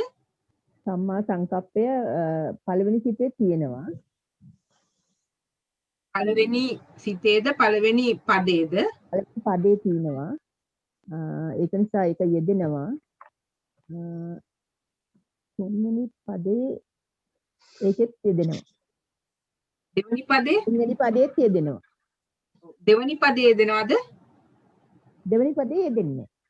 යෙදෙන්නේ. තුන්වෙනි පදේ යෙදෙන්නේ මොකක් හින්දාද? සම්මා සංකප්පේ යෙදෙන්නේ තුන්වෙනි පදේ. අටම අපි අරගෙන තියෙනවනේ. අදුක්කම සුඛායයේ මේ ලෝකෝත්තර සිත් අටම අරගෙන තියෙනවා. ඒක උපේක්ෂා සහගත සිත් වලට. ඒක නිසා ඒකේ ඵල සම්මා සංකප්පේ යෙදෙනවද? උපේක්ෂා සහගත සිත් 55 තියෙන සිත් ටික ලියන්න බලන්න. සම්මා සංකප්පේ යෙදෙන්නේ නැහැ. වැරදීමක් උනේ. හතරවෙනි ධාන සිත් නේද මේ? යෙදෙන්නේ. ඔව් ඒ විතක්ක චෛතසිකේ යෙදෙන්නේ නැහැ. යෙදෙන්නේ නැහැ. මොකද ධානයේ අවසාන ධානයේ පංචක ධාන හරි චතුර්ථ ක්‍රමයෙන් හරි බැලුවම උපේක්ෂා සහගත සිත් තියෙන්නේ අවසාන. එතකොට ඒකේ තියෙන්නේ උපේක්ෂා ඒකාග්‍රතාව කියන ධානාංග දෙක විතරයි. ඔව් එතකොට උපේක්ෂා වේදනා හා සංප්‍රයුක්තා ධම්මා වල සම්මා සංකප්පේ යෙදෙන්නේ නැහැ. ඒ නිසා සම්මා සංකප්පේ යෙදෙන්නේ සුඛාය වේදනාව සංප්‍රයුක්තා ධම්මා කියන පදයට පමණයි.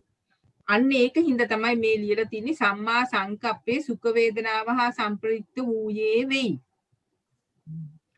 අනිත් සප්ත මාර්ගයෝම සම්මා සංකප්පය හැර ඉතිරි මාර්ගාංග 7ම සුඛ වේදනාවත් එක්කත් සම්ප්‍රයුක්ත වෙනවා උපේක්ෂා වේදනාවත් එක්කත් සම්ප්‍රයුක්ත වෙනවා. ඔබතුමිය සම්මා දිට්ඨිය විස්තර කර ආකාරයට සම්මා සංකප්පේ හැර ඉතිරි මාර්ගාංග 6ම මේ දෙකම එක්ක පද දෙකම එක්ක සම්ප්‍රයුක්ත වෙනවා. ඒතර මේ වේදනා ත්‍රිකයේ වෙනස තියෙන්නේ සම්මා සංකප්පේ විතරක් එක පදයක්යි සම්ප්‍රයුක්ත වෙන්නේ. අනිත් මාර්ගාංග 7ම ඔව් සුඛ වේදනාවත් එක්කත් සම්ප්‍රයුක්ත වෙනවා උපේක්ෂා වේදනාවත් එක්කත් සම්ප්‍රයුක්ත වෙනවා. පස්සේ ලියලා බලන්න අර වගු ඇඳලා ඇයි සම්මා සංකප්පේ උපේක්ෂා වේදනාව එක්ක සම්ප්‍රයුක්ත වෙන්නේ නැත්තේ කියලා හේතුව තමයි මේ සිත් 55 ඇතුලේ විතර්කේ නැති නිසා. ඇත්තේ නැහැ විතර්ක සම්මා සංකප්ප. කුසල් සිත් 4 ඇත්තෙත් නැහැ විපාක ඵල සිත් 4 ඇත්තෙත් නැහැ. සම්මා සංකප්පේ නැහැ. සම්මා සංකප්පේ. ඒ සිත් ඒ සිත්වල යෙදෙන ඒ සිත්වල සම්මා සංකප්පේ යෙදෙන්නේ නැහැ හේතුව 4 වෙනි ධාන සිත් නිසා. ඒවා එන්නේ උපේක්ෂා ඒකාග්‍රතා කියන දෙක විතරයි. අර ධාන අංග ටික එක එක අඩු වෙලා ගිහිල්ලා අවසාන 4 වෙනි ධානය වෙනකොට විතක්ක විචාර ප්‍රීති සුඛ 4ම නැහැ. එන්නේ උපේක්ෂා ඒකාග්‍රතා. එතකොට විතක්කේ නැති නිසා තමයි මේ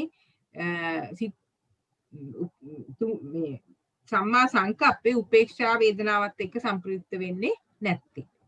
මේක පැහැදිලි වුණාද? පැහැදිලි මැඩම්. බොහෝපින්. ධානාංග අනුවම බලන්න ඕන මේ සිත් 55 ලිහලා බලන්න. ඒ කියන්නේ සිත් 55 මොනවද කියලා ලිහලා තේරුම් ගන්න බලන්න. විතක්කේ යෙදෙන්නේ නැත්තේ ඇයි කියලා මේ උපේක්ෂා සාගත සිත් 55 ඇතුලේ විතක්කේ යෙදෙන සිත් නෑ කියන එක. ඊට පස්සේ මේවා අනිත් ඒවා අෂ්ට මාර්ගාංගියෝම විපාක වෙනවා. විපාක වෙන්නේ ඇයි?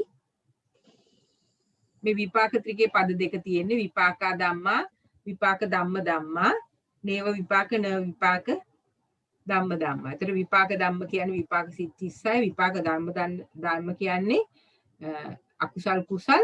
එතකොට අපි ඒවා අභිදේයාටත් දන්නවා. එතකොට මාර්ගාංග 8ම යෙදෙනවා විපාක වෙනවා. හේතුව තමයි මොන සිත්ින්දද? ලෝකෝත්තර විපාක සිත්.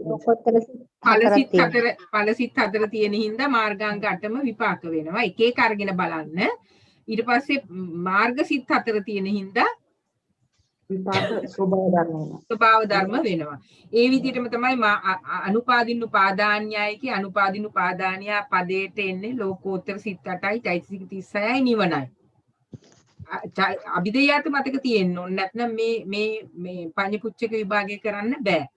ඒකට මෙතන සම්පූර්ණයෙන්ම මේ පදේ විතරයි ලෝකෝත්තර සිත් 8 දෙන්නේ. ඒ නිසා උපාදින්න උපාදානියා වෙන්නෙත් නෑ. උපාදින්න උපාදානියා වෙන්නෙත් නෑ. උපාදින්න උපාදානියා වෙන්නෙත් නෑ. අනුපාදින්න අනුපාදානියා තමයි වෙන්නේ මාර්ගාංග 8ම. අනුපාදින්න අනුපාදානිය ධම්ම. ඒ විදිහටම තමයි අසංකිලිට සංක්ලේශික. ඊට පස්සේ මේ මෙතන කියපු ටික තේරුණාද අනිත් මහත්මීන්ට? විශේෂයෙන්ම මෙන්න මේ වේදනා ත්‍රිකය. තේරුම් නැති මහත්මීක් ඉන්නවද?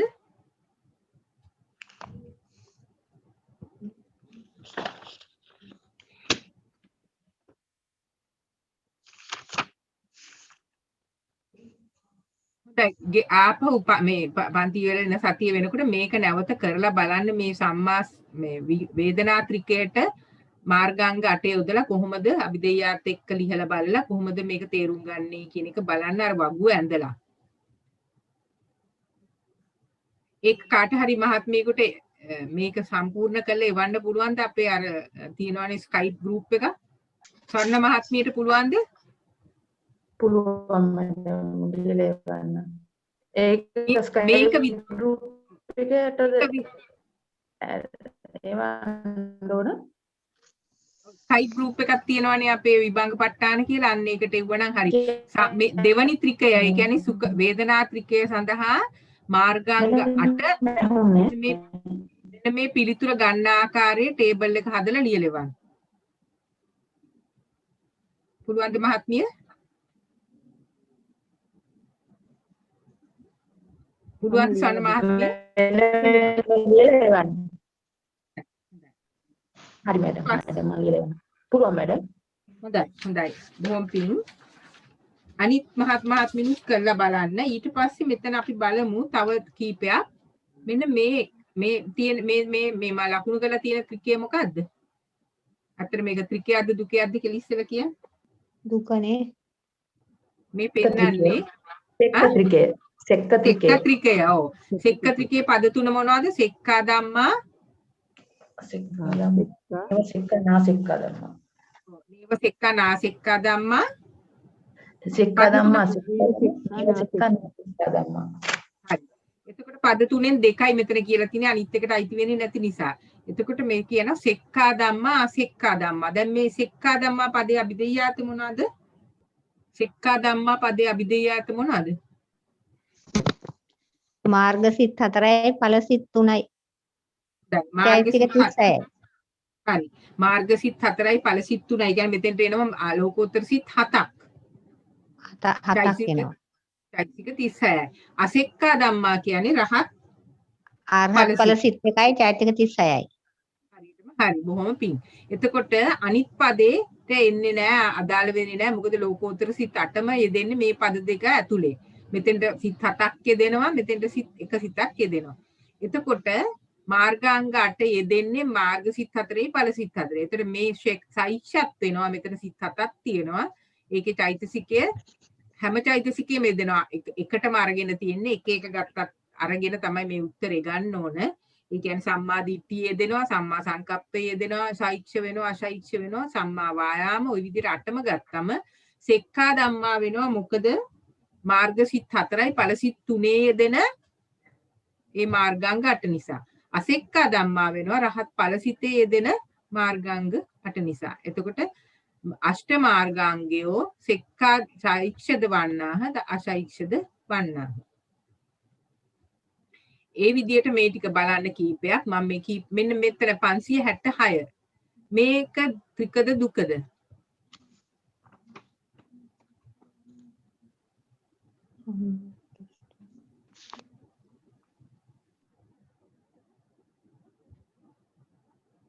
හේතු දුකය මැඩම්.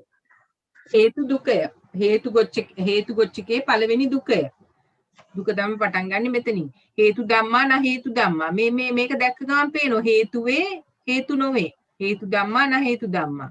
එතකොට දැන් මේකේ අංග 8 එක වෙන වෙනම අරගෙන විස්තර කරන්න පුළුවන්ද? මේ මහත්මියෙකුට මේක කොයි ආකාරයකද මේ පිළිතුර ලබා ගන්න කියලා? දැන් හේතු ධම්මා එකේ අභිධේයාර්ථ ඔව් හේතු ධම්මා හේතු 6නේ. එතකොට හේතු 6දී සම්මා දිට්ඨි අමෝහය කියන හේතු ධර්මයේ දෙනවා. එතකොට ඒක සම්මා දිට්ඨිය හේතු වෙනවා. ඉතිරි මාර්ගාංග වල ඒ හේතු ධර්ම යෙදෙන්නේ නැහැ. එහෙනම් ඒ සප්ත මාර්ගය අනික් මාර්ගාංග 7 හේතු වෙන්නේ නැහැ. හේතු ධම්ම. සම්මා දිට්ඨිය හේතු ධර්මයි. මොකද අමෝහය එතන අමෝහය කියන චෛතසිකයේ තියෙනවා. සම්මා දිට්ඨිය කියන්නේ ප්‍රඥා චෛතසිකය. එතකොට හේතු 6 තමයි අලෝභ ලෝභ දෝෂ මෝහ අලෝභ අදෝෂ අමෝහ. එතකොට මේකේ අමෝහය කියන්නේ ප්‍රඥාව. එතකොට සම්මා දිට්ඨිය හේතුවක් වෙනවා. නමුත් හේතු වෙන්නේ නැහැ. මොකද හේතු එකේ අභිධේයාර්ථය එන්නේ ඉතිරි සිත් චෛතසික රූප නිර්වාණ ඔක්කොම. අර හේතු 6 හැර. ඒකට සම්මා දිට්ඨිය යෙදෙන්නේ නැහැ හේතු ධම්මාවල. ඒ නිසා සම්මා දිට්ඨිය විතරක් හේතු වෙනවා. හේතු වෙන්නේ නැහැ. අනිත් සම්මා සංකප්පය ගැලුවොත් විතක්කය හේතු වෙන්නේ නැහැ. හේතු ගොඩේ තමයි තියෙන්නේ. එතකොට ඉතිරි මාර්ගාංග ඔක්කොම ටික 7ම හේතු වෙන්නේ නැහැ. ඒ කියන්නේ මාර්ගාංග 8 නෑ හේතු ධර්ම සම්මා දිට්ඨිය හැර වෙනත් හේතු ධර්මයක් නෑ. හේතු 6ට අයිති වෙන ධර්මයක් නෑ. ඒ නිසා සම්මා දිට්ඨිය හේතු වෙනවා. හේතු වෙන්නේ නෑ. අනිත් මාර්ගාංග 7ම හේතු වෙන්නේ නෑ. හේතු නොවෙත්. මේක තේරුණාද? තේරුණා මැඩම්. අනිත් මහත්මීන්ටත් තේරුණාද? තේරුණා මැඩම්. හොඳයි. ඊට පස්සේ අපි තව ටිකක් ඉස්සරහට යන් සුදු අයියට සීනි දාන්න එපා ගොඩක්. ඔක්කොමලට හදන්න සීනි අඩුවෙන්. ඔය සීනි බොන්න බොන්න මහත් වෙනවා. සීනි හැඳි භාගයක් දාන්න ඔක්කොමලට තුන් දෙනාට. මාර්ගාංගයෝ ලෝකෝත්තරයෝය. මේ මොන දුකද කියලා පේනවද? කියන්න පුළුවන්ද? මේ සප්පච්ච සංකත අනිදස්සන අප්පටික මේවා එන්නේ මොකේද?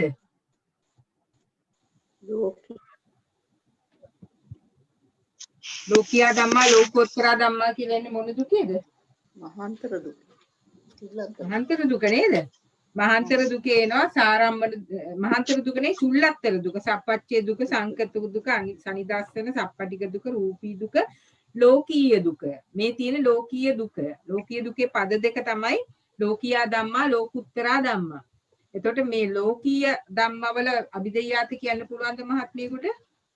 ලෝකීය ධම්මා ලෞකික සිත් 81යි චෛතසික 52යි රූප 28යි. ලෝකෝත්තර ධම්මා එකේ ලෝකෝත්තර සිත් 8යි චෛතසික 36 නිර්වාණයයි. එතකොට මාර්ගාංග 8 තියෙන්නේ ලෝකියා ධම්මා පදයේද ලෝකුත්තර ධම්මා පදයේද දෙකේමද? ලෝකෝත්තර ධම්මා එකේ තියෙනවා. ලෝකියා ධම්මා එකේ තියෙනවද නැද්ද?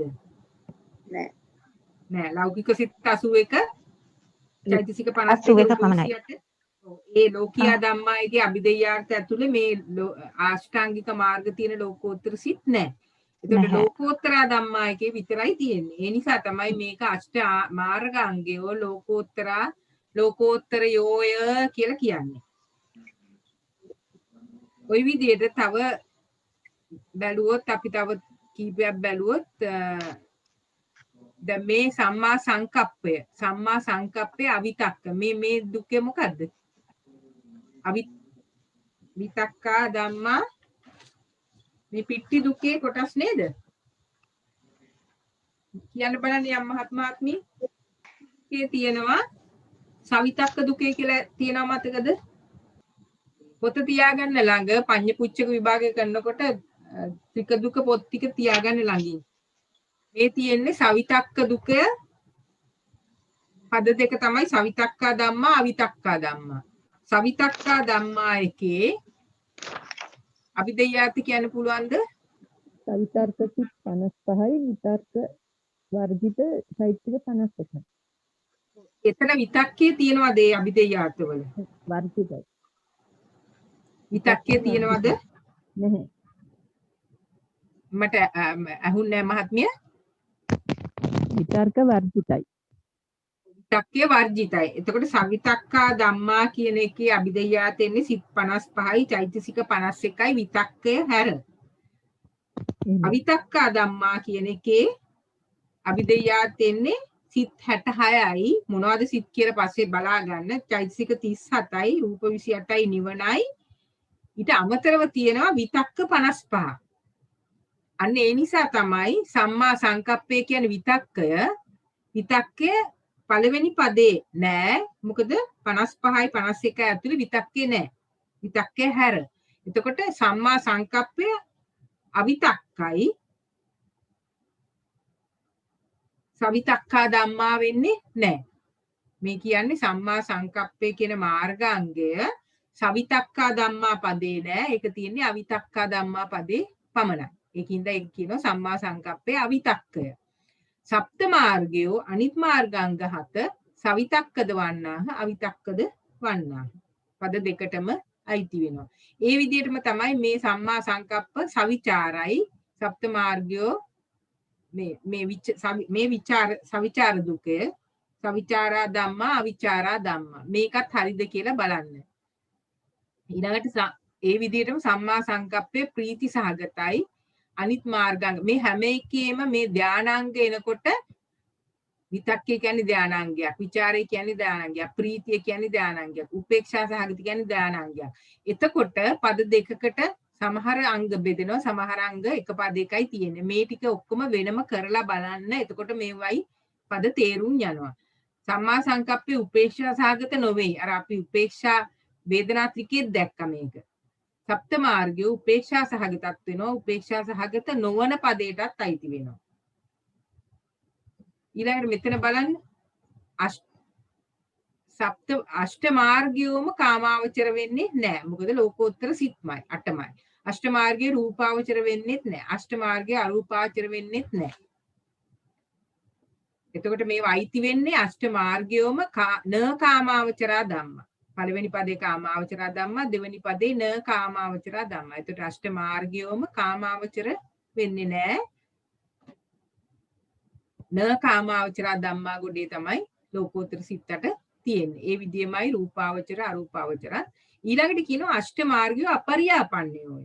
අපරියාපන්නා ධම්ම අපරියාපන්නා ධම්මයකේ අපරියාපන්න ධර්ම ගොඩේ තමයි ලෝකෝත්තර සිත් 8යි චෛතසික 36යි තියෙන්නේ. ඒතකොට චෛතසික 36 ලෝකෝත්තර සිත් 8 යෙදෙන චෛතසික 36 නිසා මාර්ගාංග වෙන්නේ ඒක අපරියාපන්නා ධර්ම. මේක කියන්න පුළුවන්ද? මේක කොටස් දෙකටම යනවා. මේ නෛර්යානික දුකේ නෛර්යානිකත් වෙනවා අනෛර්යානිකත් වෙනවා. මේක විස්තර කරන්න පුළුවන්ද යම් මහත්මියකට? නෛර්යානික ධම්ම අනෛර්යානික ධම්ම. නෛර්යානික ධම්මා කියන එකේ අභිධේයාර්ථ ලෝකෝත්තර මාර්ග සිත් 4යි. මාර්ග සිත් 4 විතරයි තියෙන්නේ. හොඳයි. මාර්ග සිත් 4යි චෛතසික 36යි. අනෛර්යානිකයකට ඉන්නේ ඉතිරි 85ක් සිතුයි 50 චෛතසික 52යි රූප 28යි නිර්වාණය. එතන තියනවාද ලෝකෝත්තර සිත් අනෛර්යානික ධර්මවල? අනෛර්යානික නැහැ. ලෝකෝත්තර සිත් නැහැ. නැද්ද? ඵල සිත් 4 නැද්ද? අවශේෂ තියෙනවා මැඩම්. මේ ඵල සිත් 4 තියෙනවා. ඵල සිත් 4. හරි. ඒකින්ද තමයි නෛර්යානිකත් වෙනවා. ඵල සිත් 4 තියෙන හින්දා අනෛර්යානිකත් වෙනවා. පද දෙකටම අයිති වෙනවා. පැහැදිලිද ඒක? මේ මාර්ග සිත් 4 හින්දා නෛර්යානික වෙනවා. ඵල සිත් 4 යෙදෙන චෛතසික අනෛර්යානික වෙනවා. අනෛර්යානික ගොඩේ ඵල සිත් 4 තියෙනවා. නෛර්යානික ගොඩ මාර්ග සිත් 4යි චෛතසික ටිකයි තියෙනවා. ඒ නිසා මාර්ගාංග 8ම නෛර්යානිකත් වෙනවා අනෛර්යානිකත් වෙනවා. ඒ විදිහටම තමයි හේතුව නියතත් වෙනවා අනියතත් වෙනවා. නියතා ධම්මයිකේ මාර්ග සිත් 4 තියෙනවා. අනියතා ධම්මයිකේ ඵල සිත් 4යි චෛතසිකයි තියෙනවා. මේ දෙකේ පද දෙකටම යන්නේ ඒකයි. පැහැදිලිද? පැහැදිලි මැඩම්. හොඳයි. එහෙමනම් දැන් අපි වෙනත් මේ සම්බන්ධයෙන් කාරණයක් අහන්න තියෙනවා නම් සාකච්ඡා කරමු. නැත්නම් අපි අදට නවත්තමු. මේ පඤ්ඤ පුච්චක විභාග නම් තනියෙන් කරන්න ත්‍රික දුක ධර්මයි අභිධේයාතයි ටික තමන්ගේ ළඟින් තියාගන්න. තමන්ට හුරු වෙනකන් ළඟින් තියාගෙන පොත බල බල කරාට වරදක් නැහැ. මොනවා හරි මේ පඤ්ඤ පුච්චක විභාග හරි ඊට ඉස්සෙල්ලා කතා කරපු කොටසෙන් හරි අපිට යම් දෙයක් අහන්න තියෙනවා නම් අහන්න. හොඳයි. නැත්නම් අපි අදට මේ සාකච්ඡාව අවසන් කරමු. අපි දෙවියන්ට පින් දෙමු. ආකාසට්ටා ච බුම්මට්ටා දේවානාගා මහිද්దికා පුඤ්ඤන්තං අනුමෝදිත්වා චිරන් රක්칸තු සම්බුද්ධ ශාසනං. ආකාසට්ටා ච බුම්මට්ටා දේවානාගා මහිද්దికා පුඤ්ඤන්තං අනුමෝදිත්වා චිරන් රක්칸තු සම්බුද්ධ දේශනං. ආකාසට්ටා ච බුම්මට්ටා දේවානාගා මහිද්దికා පුඤ්ඤන්තං අනුමෝදිත්වා චිරන් රක්칸තු මං කරන්ති. ඉදම්මේ ඥාතිඳං හෝතු සුඛිතා හොන්තු ඥාතියෝ. ඉදම්මේ ඥාතිඳං හෝතු සුඛිතා හොන්තු ඥාතියෝ. ඉදම්මේ ඥාතිඳං හෝතු සුඛිතා හොන්තු ඥාතියෝ.